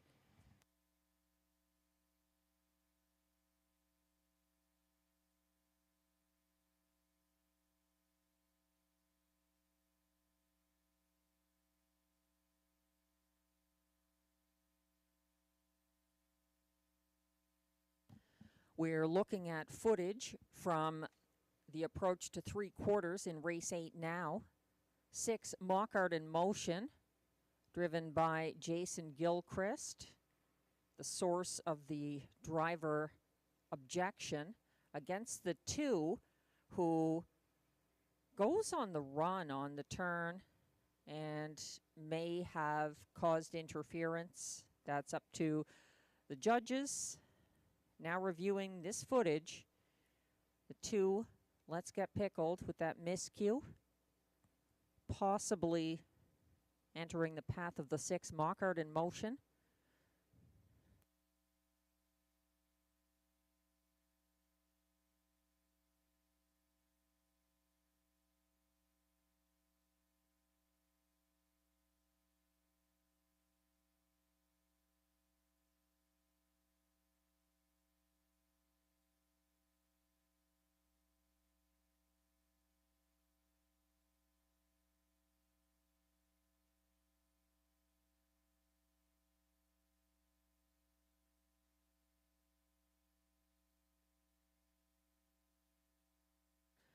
And the AGCO judges have just informed me after speaking with both drivers, there was no interference and there will be no placing or other action.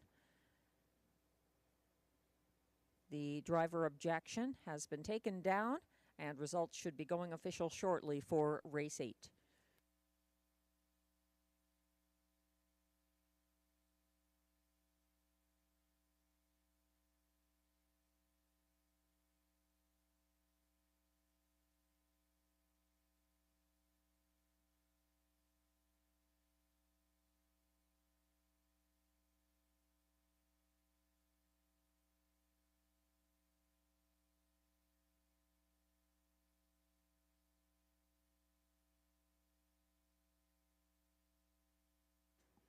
Results are now official for race 8.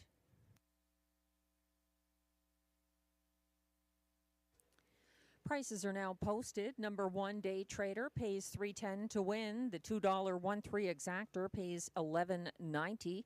The $1 137 triactor pays $259.35.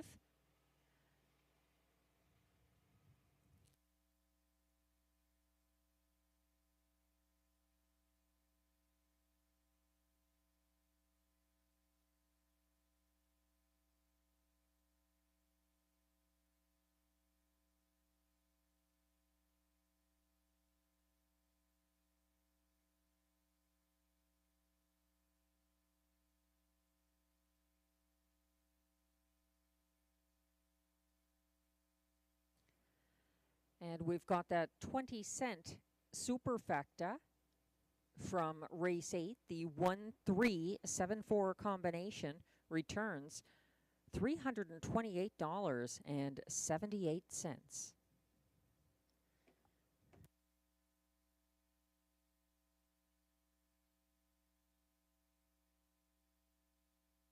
If you had the superfecta for $1, it pays $1,643.90 for that 1-3-7-4 combination. You can thank Mike Healy and Tough Cooper.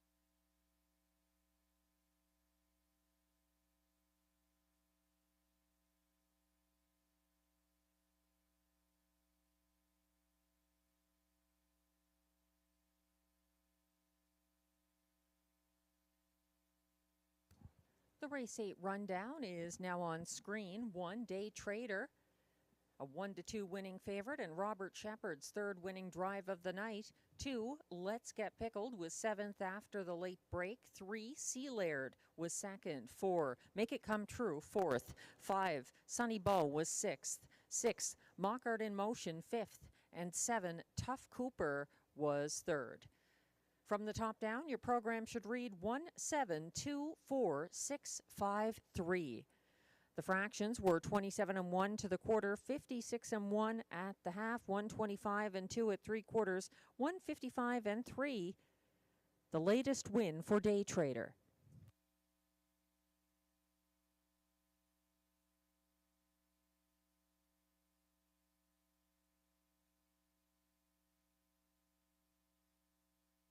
There were a couple of claims entered on number 2, Let's Get Pickled, in race 8.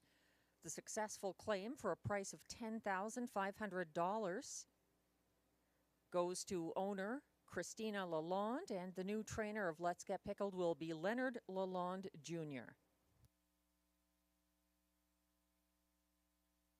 3, Seel was also claimed for $10,500 and goes to owner Darren Tingley for trainer Mandy Archer.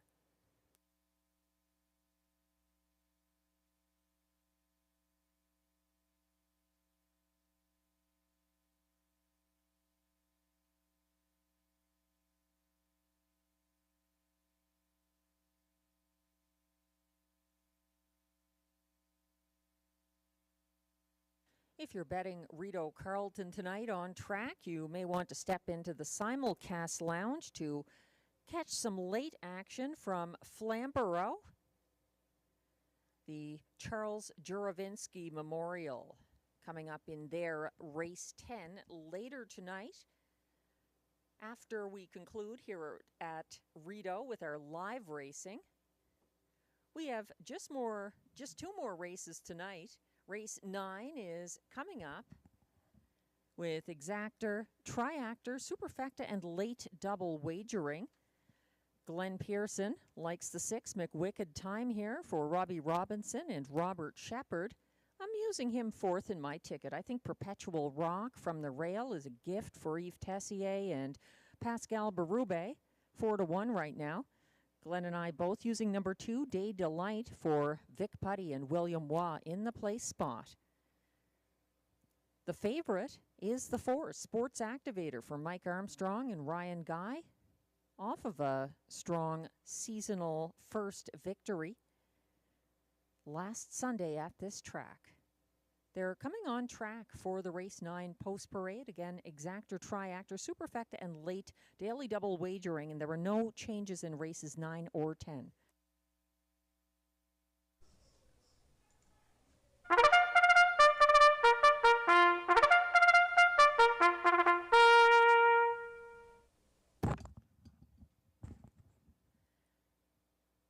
Here comes the post parade for race 9. These pacers are non-winners of $6,000 in their last 5 starts. Also eligible, non-winners of $925 per start in their last 10. And also eligible, $18,000 claimers. They race for a purse of $7,800.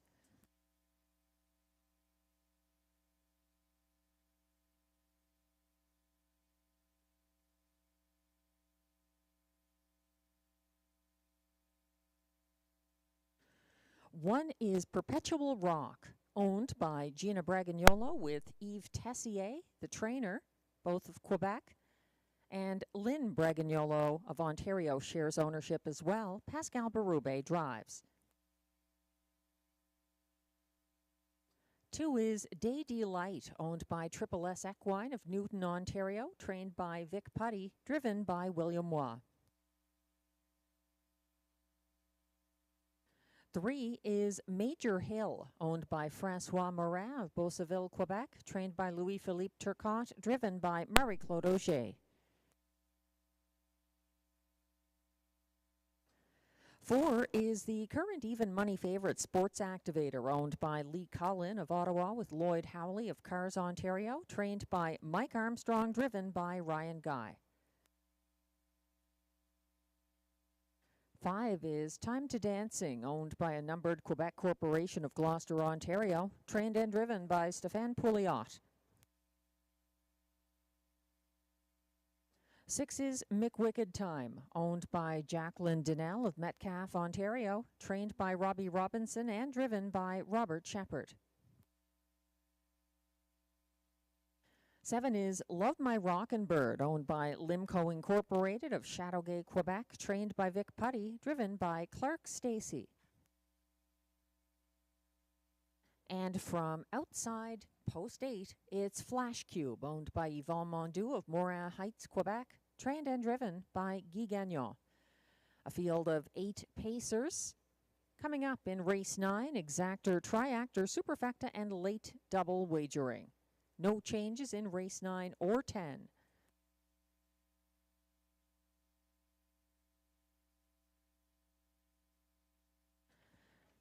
We're looking at the current even money favorite, number 4, Sports Activator, who advanced uncovered on the first turn Sunday. He cleared the leader, Flash Cube, near the quarter and subsequently wired as a 1-5 winning favorite. Sports Activator held off closers by a diminishing margin, and he's up in class here, but getting all the respect. The current even money favorite, number 4, Sports Activator.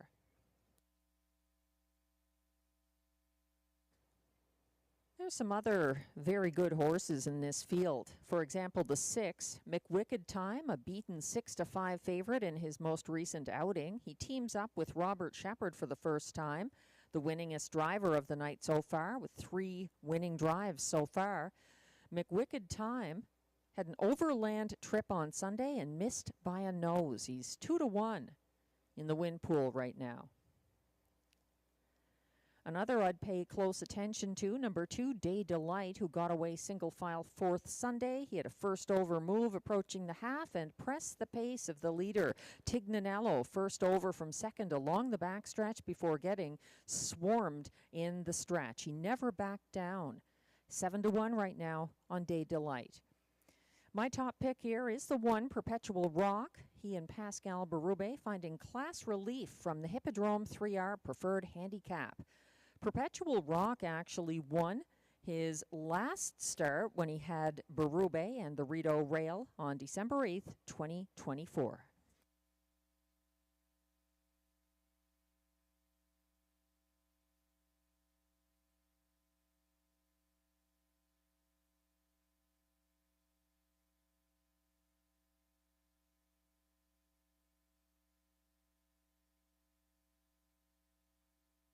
The starter has called the field for race 9. This is your last opportunity to play the late daily double at Rideau Carleton.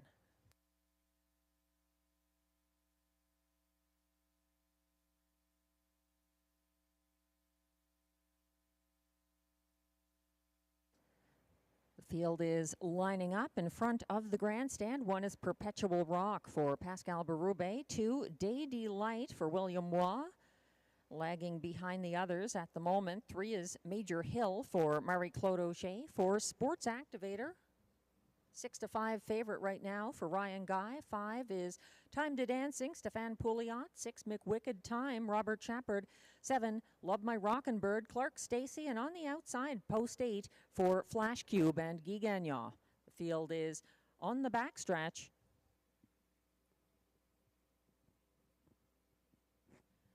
Approaching the start, Day Delight, the last to line up.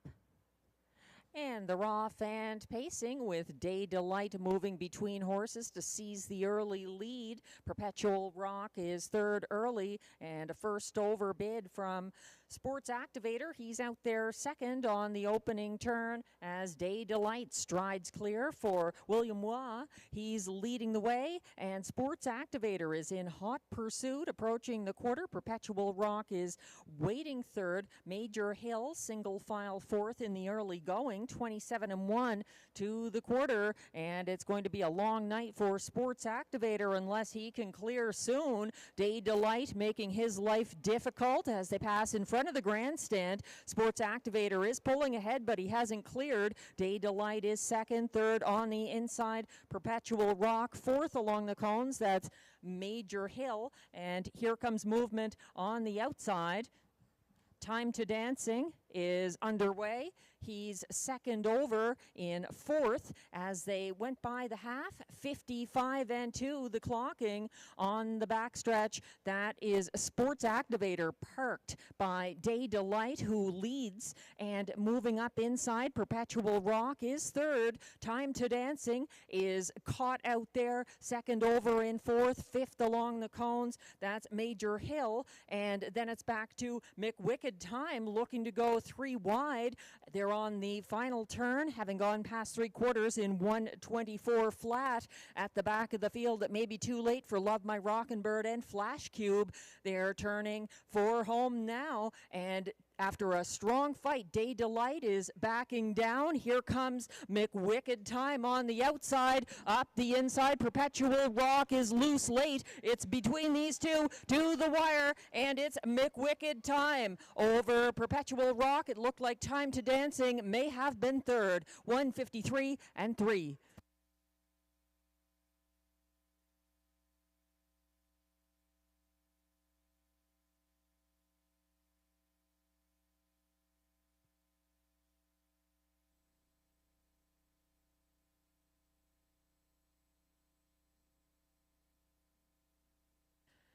A very tough performance from Day Delight, but it wasn't enough to hold off the closers. There was a wall of horses down the stretch. It came down to two, Perpetual Rock on the inside and McWicked Time on the outside, drawing away for the just over a length victory.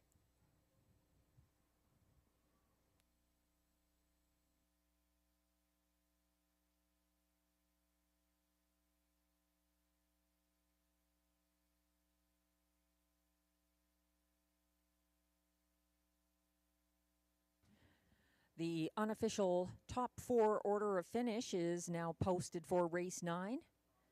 6, McWicked Time, a 2-to-1 winner for Robert Shepard.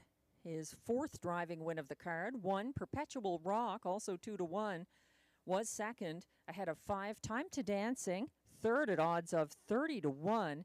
And 3, Major Hill completes the superfecta, finishing 4th after a ground-saving trip. 6, 1, 5, 3, the unofficial top 4 in race 9. Please hold all tickets.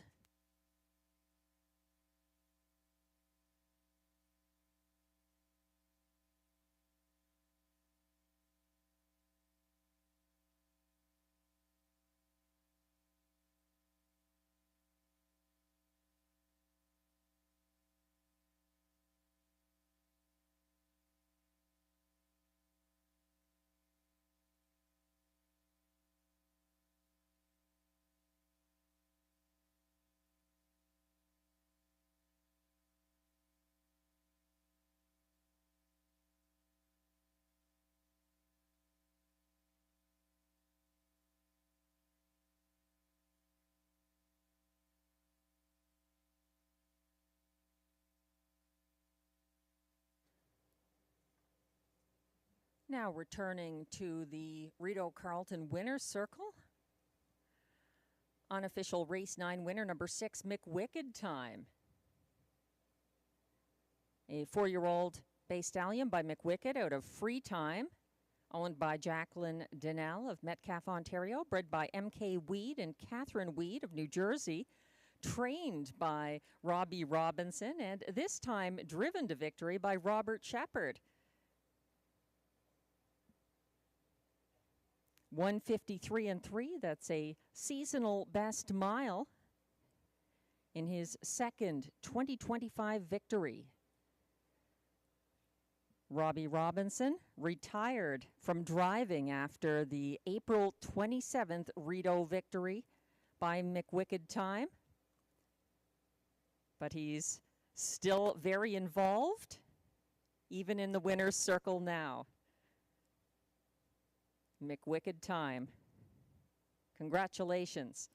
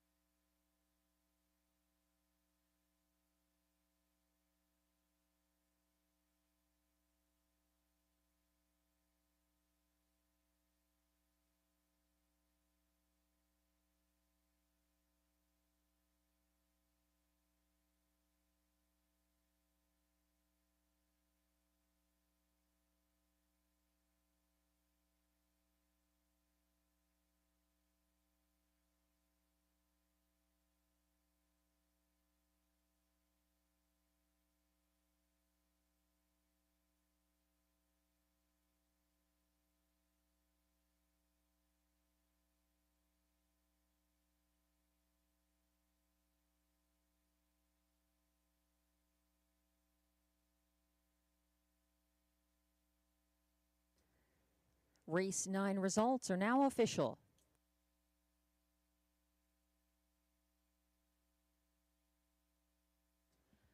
Prices are posted for Race 9, where number 6, McWicked Time, pays $6.90 to win. The $2.61 exactor returns $21.60, $230.55 for the $1 triactor, 615 combination, and the $1 superfecta 6153 pays $896.55. Time to Dancing and Stefan Pouliot finishing third at those long odds gives you some very nice payouts in the tri and super in race 9.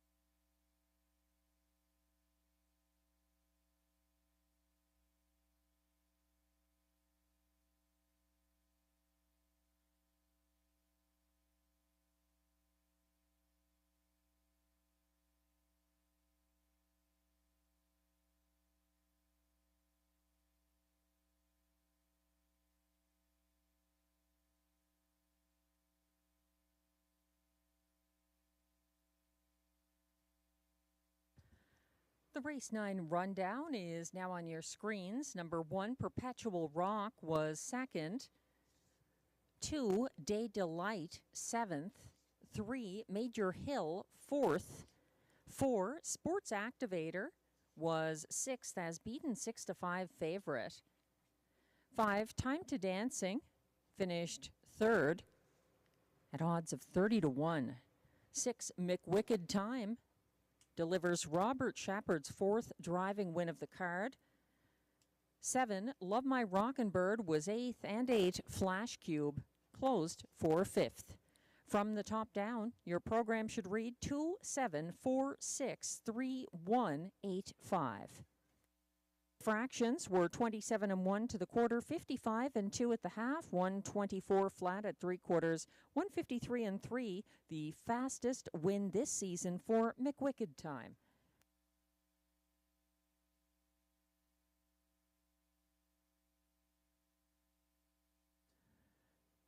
Just one more race remaining on tonight's live card at Rideau Carleton. Thanks again to everyone who enjoyed on track or at the OTB or online. Race 10 has exactor, triactor, and high five wagering. Glenn Pearson and myself have some similarities in our tickets.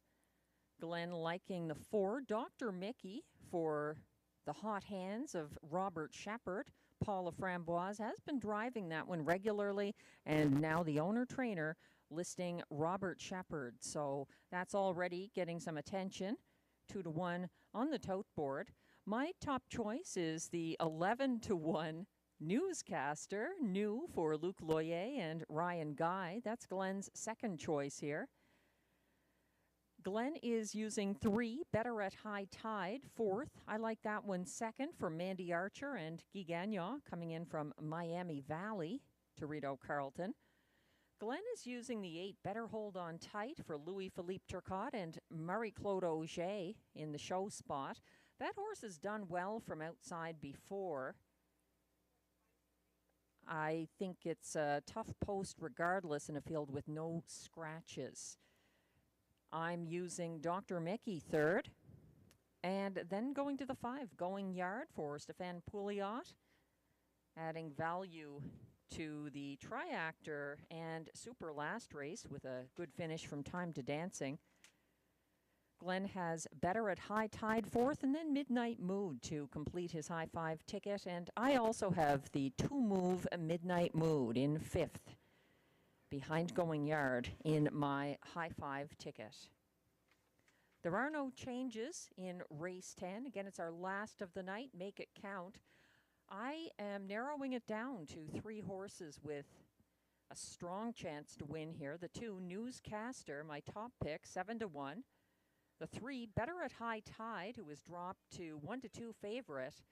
And Glenn's top choice, currently 3-1. That's the 4, Dr. Mickey.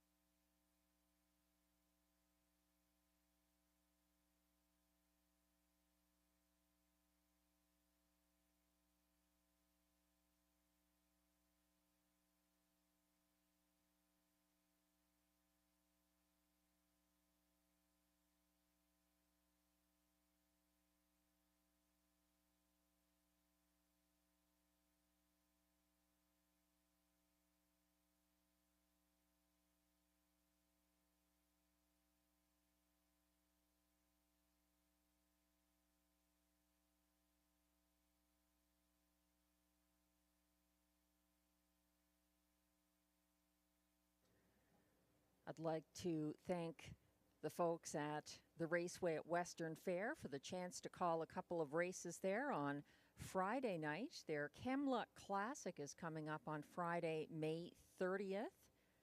Always a great occasion to go to London and take in the top class male pacers in the Camluck Classic, and then the Forest City Pace with the top class mares. Friday, May 30th. At the Raceway.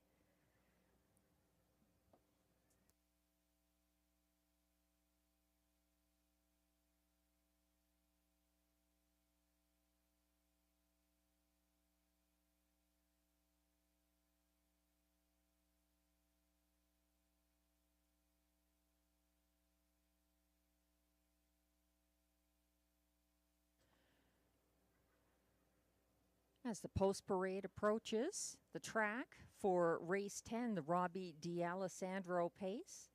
Just a reminder, stick around in the simulcast lounge trackside at Rideau Carleton for the Charles Juravinsky Memorial Final coming up in race 10 at Flamborough tonight. We'll have it on the big screen with lots of wagering opportunities for you there.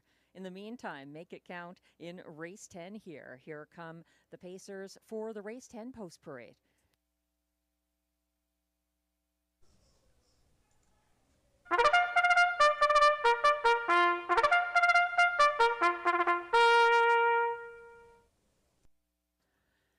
The field is now coming on track for the Race 10 Post Parade. These Pacers are non-winners of $200 per start in their last 10 or a race in 2024-2025.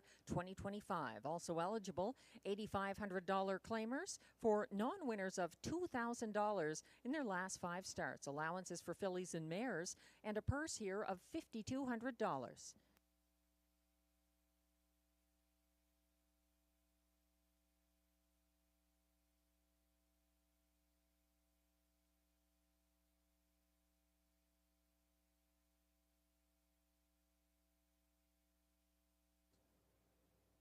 One is Midnight Mood, owned by Jamie and Sonia Johnson of Edwards, Ontario, trained by Jamie Johnson and driven by Clark Stacey.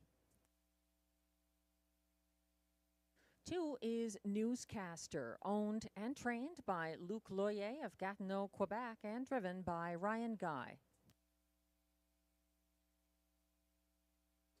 3 is the current 3 to 5 favorite, Better at High Tide, owned by Darren Tingley of Wendover, Ontario, with Dwayne Tingley of Timberlea, Nova Scotia, trained by Mandy Archer, driven by Guy Gagnon. 4 is Dr. Mickey, owned and trained by Paul Laframboise of L'Ange Gardienne, Quebec. Robert Shepard drives. 5 is Going Yard, owned by a numbered Quebec corporation of Gloucester, Ontario, with Sylvain Bilodeau of Lac-à-Chemin, Quebec, trained and driven by Stéphane Pouliot. 6 is Monterey Jackie, owned, trained, and driven by Steve Germain of Ottawa. 7 is On the Road to Texas, owned, trained, and driven by Jason Gilchrist of Prescott, Ontario. On the outside from Post 8, Better Hold On Tight is owned by Marc Lemay and Sylvain Caron of Quebec, trained by Louis-Philippe Turcotte and driven by Marie-Claude Auger. And from trailing Post 9, it's 364, owned and trained by Marcel Rozon of Saint-Lazare de Vaudreuil, Quebec. William Waugh drives. The also eligible does not go. It's a field of 9, no changes in race 10 coming up. Exactor, Triactor, and High Five wagering.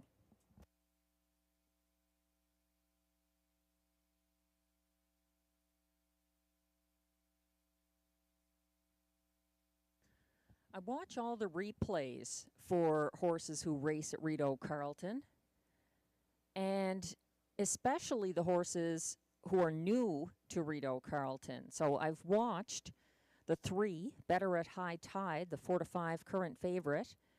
He's making his debut for Guy Gagnon and Mandy Archer. Better at High Tide took back to 5th along the pylons early on April 14th at Miami Valley. He was 3rd over 6th, approaching the half behind a 2nd over horse that was gapping cover. Better at High Tide closed into stretch traffic with a mild late bid. He's got some class relief here and a good post. 4 to 5, Better at High Tide. Glenn Pearson likes the 4, Dr. Mickey, picking up catch driver Robert Shepard after multiple overland trips here. This horse is up in class, but if anyone's going to get him to the winner's circle, certainly Robert Shepard tonight. 4 driving wins so far. And Glenn's second choice is my top choice, the 2 Newscaster, making an Ottawa debut for Ryan Guy and Luc Loyer. This horse had the trailing post at Northfield Park on April 29th and raced single file 5th to the quarter. He was 2nd over 4th, approaching the half, and 3 wide at 3/4 in pursuit of breakaway winner Be a Lucky Star.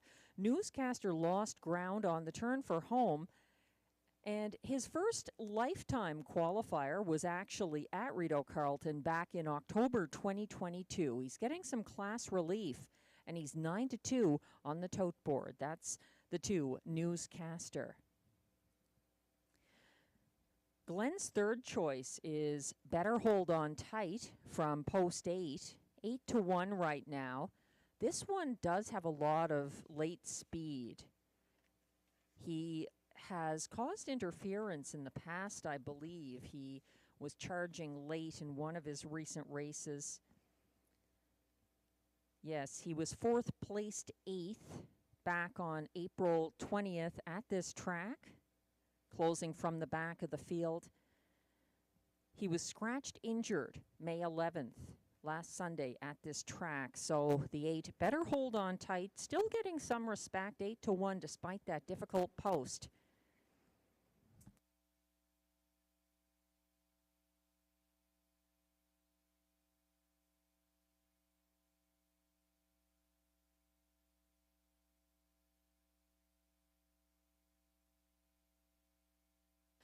And the starter has called the field for race 10. It's the Robbie D'Alessandro pace.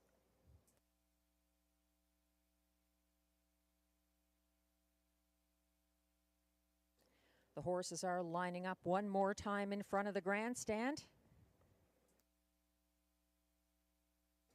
We'd like to thank all the horse players tonight. And we hope you join us again on Wednesday at 6.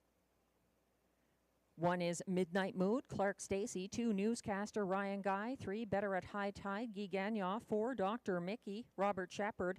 5, Going Yard, Stefan Pouliot. 6, Monterey Jackie, Steve Germain. 7, On the Road to Texas, Jason Gilchrist. 8, Better Hold On Tight, Marie-Claude Auger. And the trailer is 9, 364, William Waugh.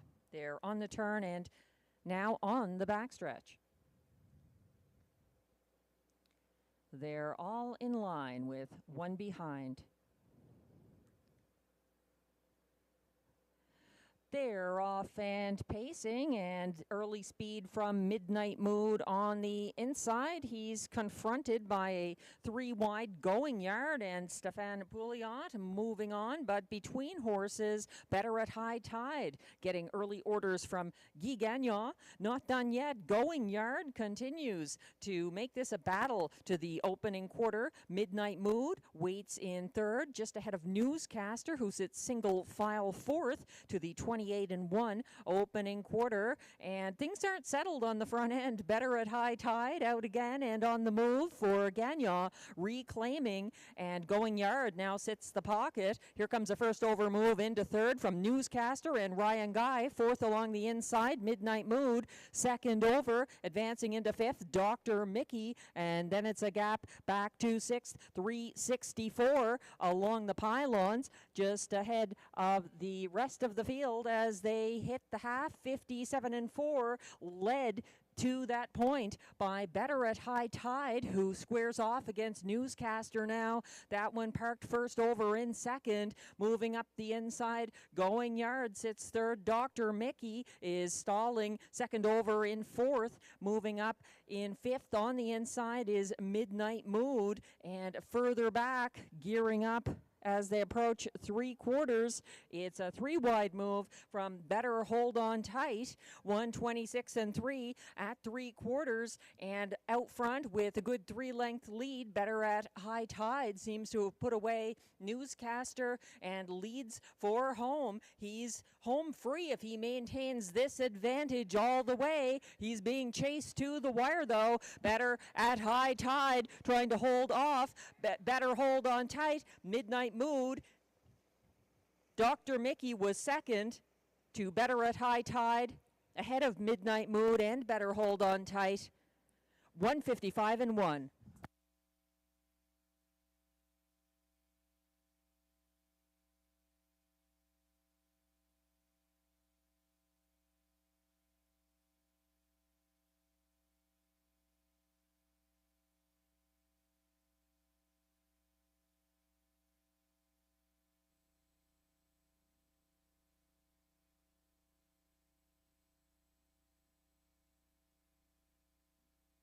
Making his first Rideau Carleton appearance this year, a winning one.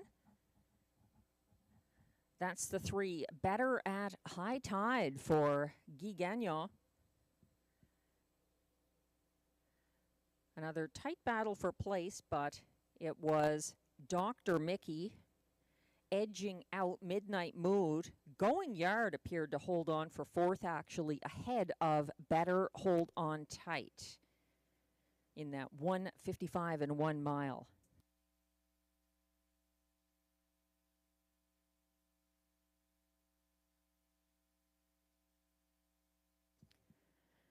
The top 5 order of finish is now on screen for race 10. The unofficial results posted show 2 to 5 favorite number 3, Better at High Tide, the winner for Guy Gagnon. Over 4, Dr. Mickey, second. 1, Midnight Mood was third. 5, Going Yard, adding value to the ticket once again for Stefan Pouliot. Odds of 35-1. The 5 finished fourth, ahead of 8, Better Hold On Tight, who closed late to finish fifth in the high 5. 3, 4, 1, 5, 8, the unofficial top 5 order of finish. Please hold all tickets.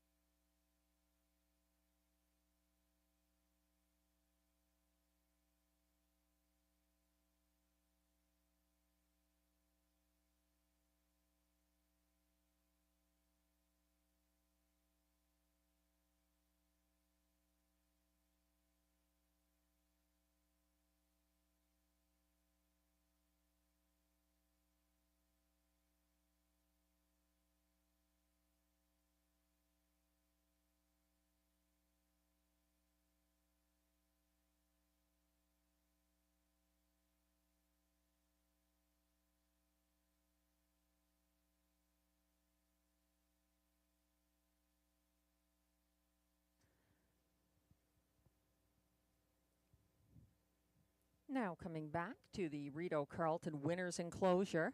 Unofficial race 10 winner.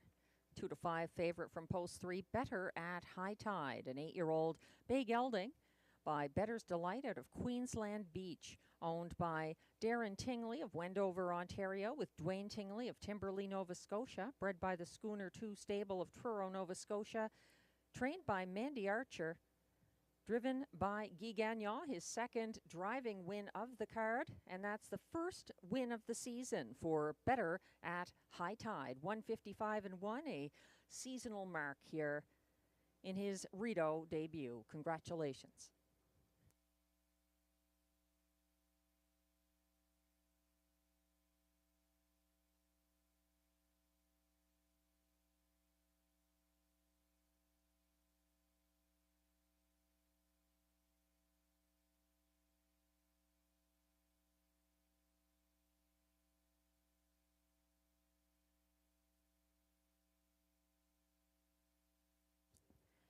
Race 10 is now official.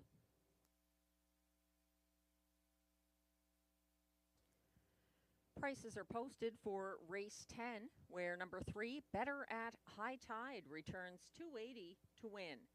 The $2, actually, we'll look at the pick 3. The $1 pick 3 won 6 with 3 of 3, $10.45 for $1.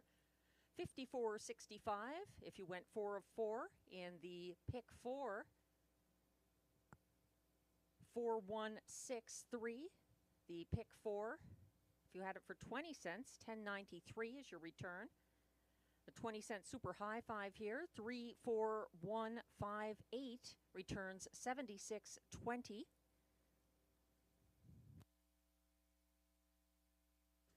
The $2 exactor 3-4 combination, $11.70, $16.65 for the 3-4-1 $1 triactor, $17.60 for the 6-3 $2 late double.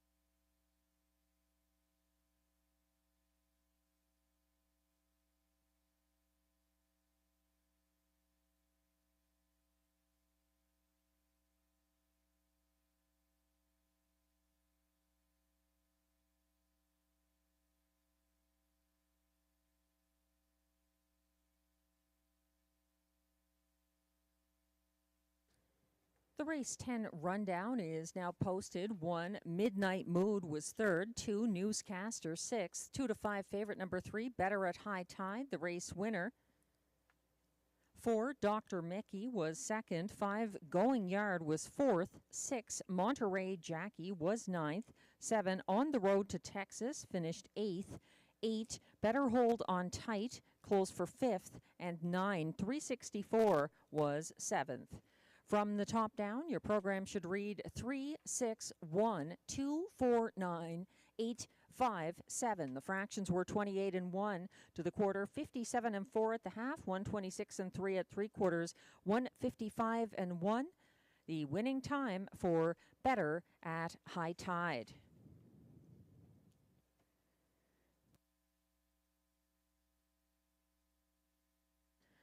And that concludes our Sunday night card. Just checking in with the Maple Leafs one more time. They are down 5-1 with under 7 minutes left in the third period of Game 7, Round 2, with the series tied 3-3. So the Maple Leafs in some serious trouble there. And we also should let you know what the Pick 5 paid out there. It was briefly displayed. We'll get you a payout for that.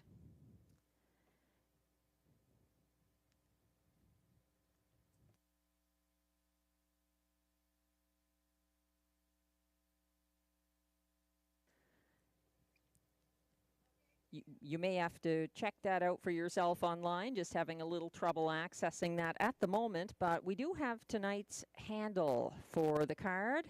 It was $248,223. So thanks again for the wagering support, and we hope you can enjoy the Juravinski final in the simulcast lounge if you are on track tonight at Rideau Carleton, and make plans to join us again on Wednesday, May 21st, 6 p.m. for more live racing from the nation's capital. Have a happy Victoria Day weekend. Thanks again. I'm Melissa Keith, track announcer. Good night.